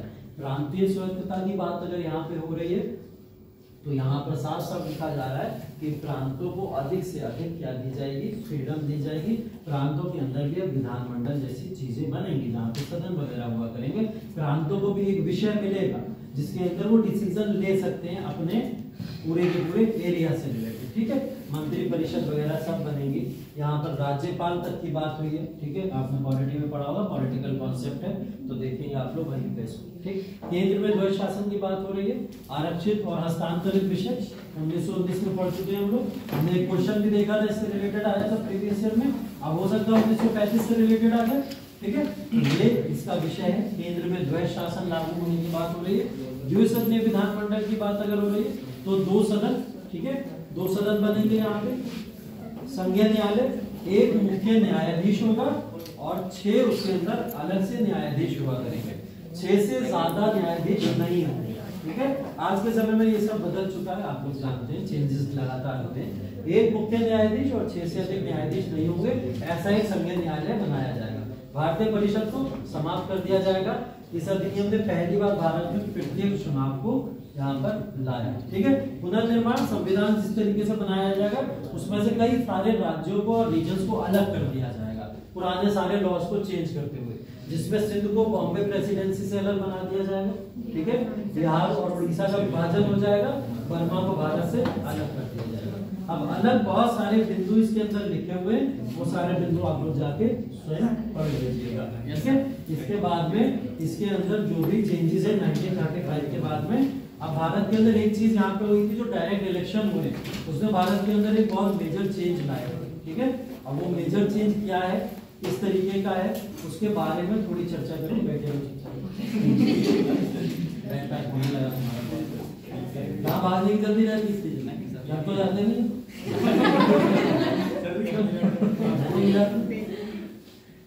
ठीक है। इसके बाद में जो लॉर्ड लिथगो है, इनका जो कार्यकाल है 36 से लेकर 43 तक का है, और 36 से जो 43 का जो कार्यकाल है इनका, इसके अंदर देखिए जो इम्पोर्टेंट चीजें हैं, उसमें प्रथम आम चुनाव जो हुए थे 36 और 37, ये वो आम चुनाव है जो पहली बार जो आज के समय में आप चुनाव देखते हो कुछ उस तरीके से सेम चुनाव हुए, ठीक है। तो ये चुनाव उस समय में हुए, उसमें कांग्रेस को या दूसरे दलों को पार्टी के अंदर या पॉलिटिक्स में कैसे लाया और भारत के अंदर कैसे कांग्रेस की सरकारें बनाई अलग अलग प्रांतों में, इसकी व्याख्या यहाँ करेंगे। यहाँ पे टोटल 11 प्रांत हैं इस समय, कितने? 11 प्रांत है। 11 प्रांतों में से 6 प्रांतों में सीधा कांग्रेस जीत गई थी, 6 में। 5 में मिली जुली सरकारें बनी थी, जिसमें से 2 जगह पे कांग्रेस ने गठबंधन किया था, और 3 जगह बची हुई उसके अंदर लोकल पार्टीज बनी थी, जैसे कृषक प्रजा पार्टी वगैरह जो है वो इसके अंदर इलेक्शन जीती थी। तो अगर आप देखो मेजोरिटी 11 प्रांतों के अंदर 8 प्रांतों में किसकी है? कांग्रेस की है। तो कांग्रेस सबसे बड़ी पार्टी यहाँ पे उभरी थी। जब कांग्रेस इतनी बड़ी पार्टी बनकर उभरी तो इससे प्रॉब्लम किसको होगी? मुस्लिम लीग को होगी। मुस्लिम लीग को लगा कि कांग्रेस ने भारत के हर एक व्यक्ति को, चाहे वो मुस्लिम हो चाहे वो हिंदू हो, सबको पूरी तरीके से इन्फ्लुएंस किया हुआ है। इससे मुस्लिम लीग का तो किसी भी तरीके का कोई भारत के अंदर फ्यूचर नहीं दिखता। तो इन्होंने यहीं से डिमांड करना शुरू कर दी, किसकी? पाकिस्तान चाहिए, हमें सेपरेट नेशन चाहिए और अलग देश चाहिए। तब इन्होंने 1940 में अधिनियम ही पारित करा दिया, और उसमें बोला गया कि शब्द ही एक बोल दिया, पाकिस्तान हमें एक अलग देश चाहिए। तो ये सब हुआ किसके बाद? इन इलेक्शंस के बाद में ये सब चीजें हुई। 37 से 39 में तो बनी थी, 39 में कांग्रेस जितनी भी जगह से जीती थी सब जगह से अपने इस्तीफे दे दिए, ठीक है। इसने अपनी सरकार को हर जगह से इस्तीफा दे दिया, और इस्तीफा देने का कारण क्या था? वर्ल्ड वॉर सेकंड, विश्व युद्ध द्वितीय शुरू हो गया भारत में, और दूसरे विश्व युद्ध ने क्या करा? अगेन फिर भारतीयों को खींचना शुरू करा, और जबरदस्ती फोर्सफुली ये भारतीय आर्मी को लेके कहाँ चले जाते थे? इंग्लैंड, कि आप हमारी तरफ से लड़ो। कांग्रेस इस बात से नाराज थी, और उसने हर जगह से इस्तीफे देके यहाँ पर हर जगह से इस्तीफा देके खत्म कर दिया पूरा का पूरा जो भी उसकी सरकार चुनी गई थी, ठीक है। मुस्लिम लीग ने इसको उद्धार दिवस के तौर पर मनाया, ठीक है, जिसको बोला जाता है डेलिवरेंस डे के फॉर्म में मनाया इसको, ठीक है। मतलब निजात, कि हमें कांग्रेस से मुक्ति मिल गई, मुस्लिम लीग ने ऐसा बोला। इसके साथ में एक व्यक्ति और ऐड थे, कौन? B.R. अम्बेडकर। B.R. अम्बेडकर ने भी कांग्रेस को जो जितनी भी जगह से इस्तीफे दिए थे उसकी खुशी मनाई थी मुस्लिम लीग के साथ मिलकर। क्यों? क्योंकि वो निजात समझते थे, कांग्रेस से निजात मिलना, क्योंकि अम्बेडकर जी का ये मानना था कि कांग्रेस जो पार्टी है वो पार्टी किससे बनी हुई है? उस वर्ग के लोगों का एक संगठन है जिसके अंदर नीचे वर्ग के लोगों को किसी भी तरीके की कोई रिस्पेक्ट नहीं दी जाती। तो वो भी इस बात को सेलिब्रेट करते हैं B.R. अम्बेडकर, ठीक है। उनकी अपनी इस पे आइडियोलॉजी है। सुभाष चंद्र बोस के द्वारा फॉरवर्ड ब्लॉक की स्थापना, ये वो फॉरवर्ड ब्लॉक है जिसने भारत की आजादी के लिए बहुत अच्छा काम किया था, और ये वो समय है जब यहाँ से सुभाष चंद्र बोस ने कांग्रेस से इस्तीफा दिया था, ठीक है। कांग्रेस में ये 39 में भी चुनाव में चुने गए थे, लेकिन गांधी जी के इंटरफेरेंस की वजह से गांधी जी नहीं चाहते थे ये इसका सदस्य बने या अध्यक्ष बने, तो इसकी वजह से इन्होंने क्या करा था? यहाँ से इस्तीफा दे दिया, ठीक है। तो इस्तीफे वाली बात। अब यहाँ पर ये बहुत इंपॉर्टेंट चीजें आ जाती हैं। लाहौर संकल्प, ये वही मुस्लिम लीग का है जहाँ पाकिस्तान की डायरेक्ट डिमांड शुरू हो जाती है, ठीक है। अगस्त प्रस्ताव 1940, अंग्रेज भारतीयों को एक लालच देते हैं कि आप हमारी बात मान लो, अगर अभी वर्ल्ड वॉर में हमको सैनिक दे दो या जो भी दे दो, जो भी चीजें, तो हम आपको तुरंत डोमिनियन स्टेटस दे देंगे। डोमिनियन स्टेटस तो भारत को चाहिए नहीं था, तो भारत क्या करेगा? इसको रिजेक्ट कर देगा पूरी तरीके से। फिर क्रिप्स मिशन आया 1942 का, उसने भारत के अंदर संवैधानिक सुधारों को करने की कोशिश करी कि हम आपको इतना रिजर्वेशन देंगे, इतनी सीट्स देंगे, ये वो देंगे। गांधी जी ने इसको बोला पोस्ट डेटेड चेक, ठीक है, कि मतलब वो ऐसा चेक था जिसकी अब तिथि निकल चुकी है, हमको क्रिप्स मिशन नहीं चाहिए आपका, और इसकी वजह से क्या होता है? ये भारत में रिजेक्ट कर दिया जाता है। इसके बाद गांधी जी क्या शुरू कर देते हैं? भारत छोड़ो आंदोलन। भारत के अंदर भारत छोड़ो आंदोलन का बहुत महत्व है, क्योंकि बोला जाता है भारत छोड़ो आंदोलन ने ही भारत के अंदर जो आजादी है उसकी एक राह लगभग तय कर दी थी। हो सकता है आजादी इसी समय मिल गई होती, लेकिन लगातार कुछ ऐसे इंसिडेंट्स मैं बताऊंगा आपको यहाँ पर जो होते गए, जिसकी वजह से आज़ादी इसके में 5 साल खींच गए। ठीक है, तो वो 5 साल की बात भी करेंगे। द्वितीय विश्व युद्ध तो इस समय चल ही रहा है, उसके बारे में भी चर्चा आगे कर ही लेंगे। ठीक है, तो ये सारे पॉइंट्स जो भी हैं कल डिस्कस कर लेंगे। रात के चुनाव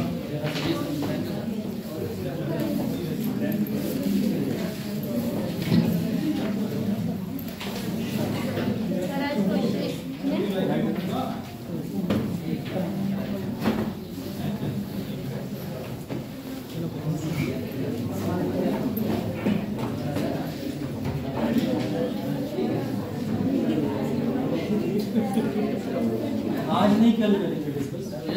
आज मुझे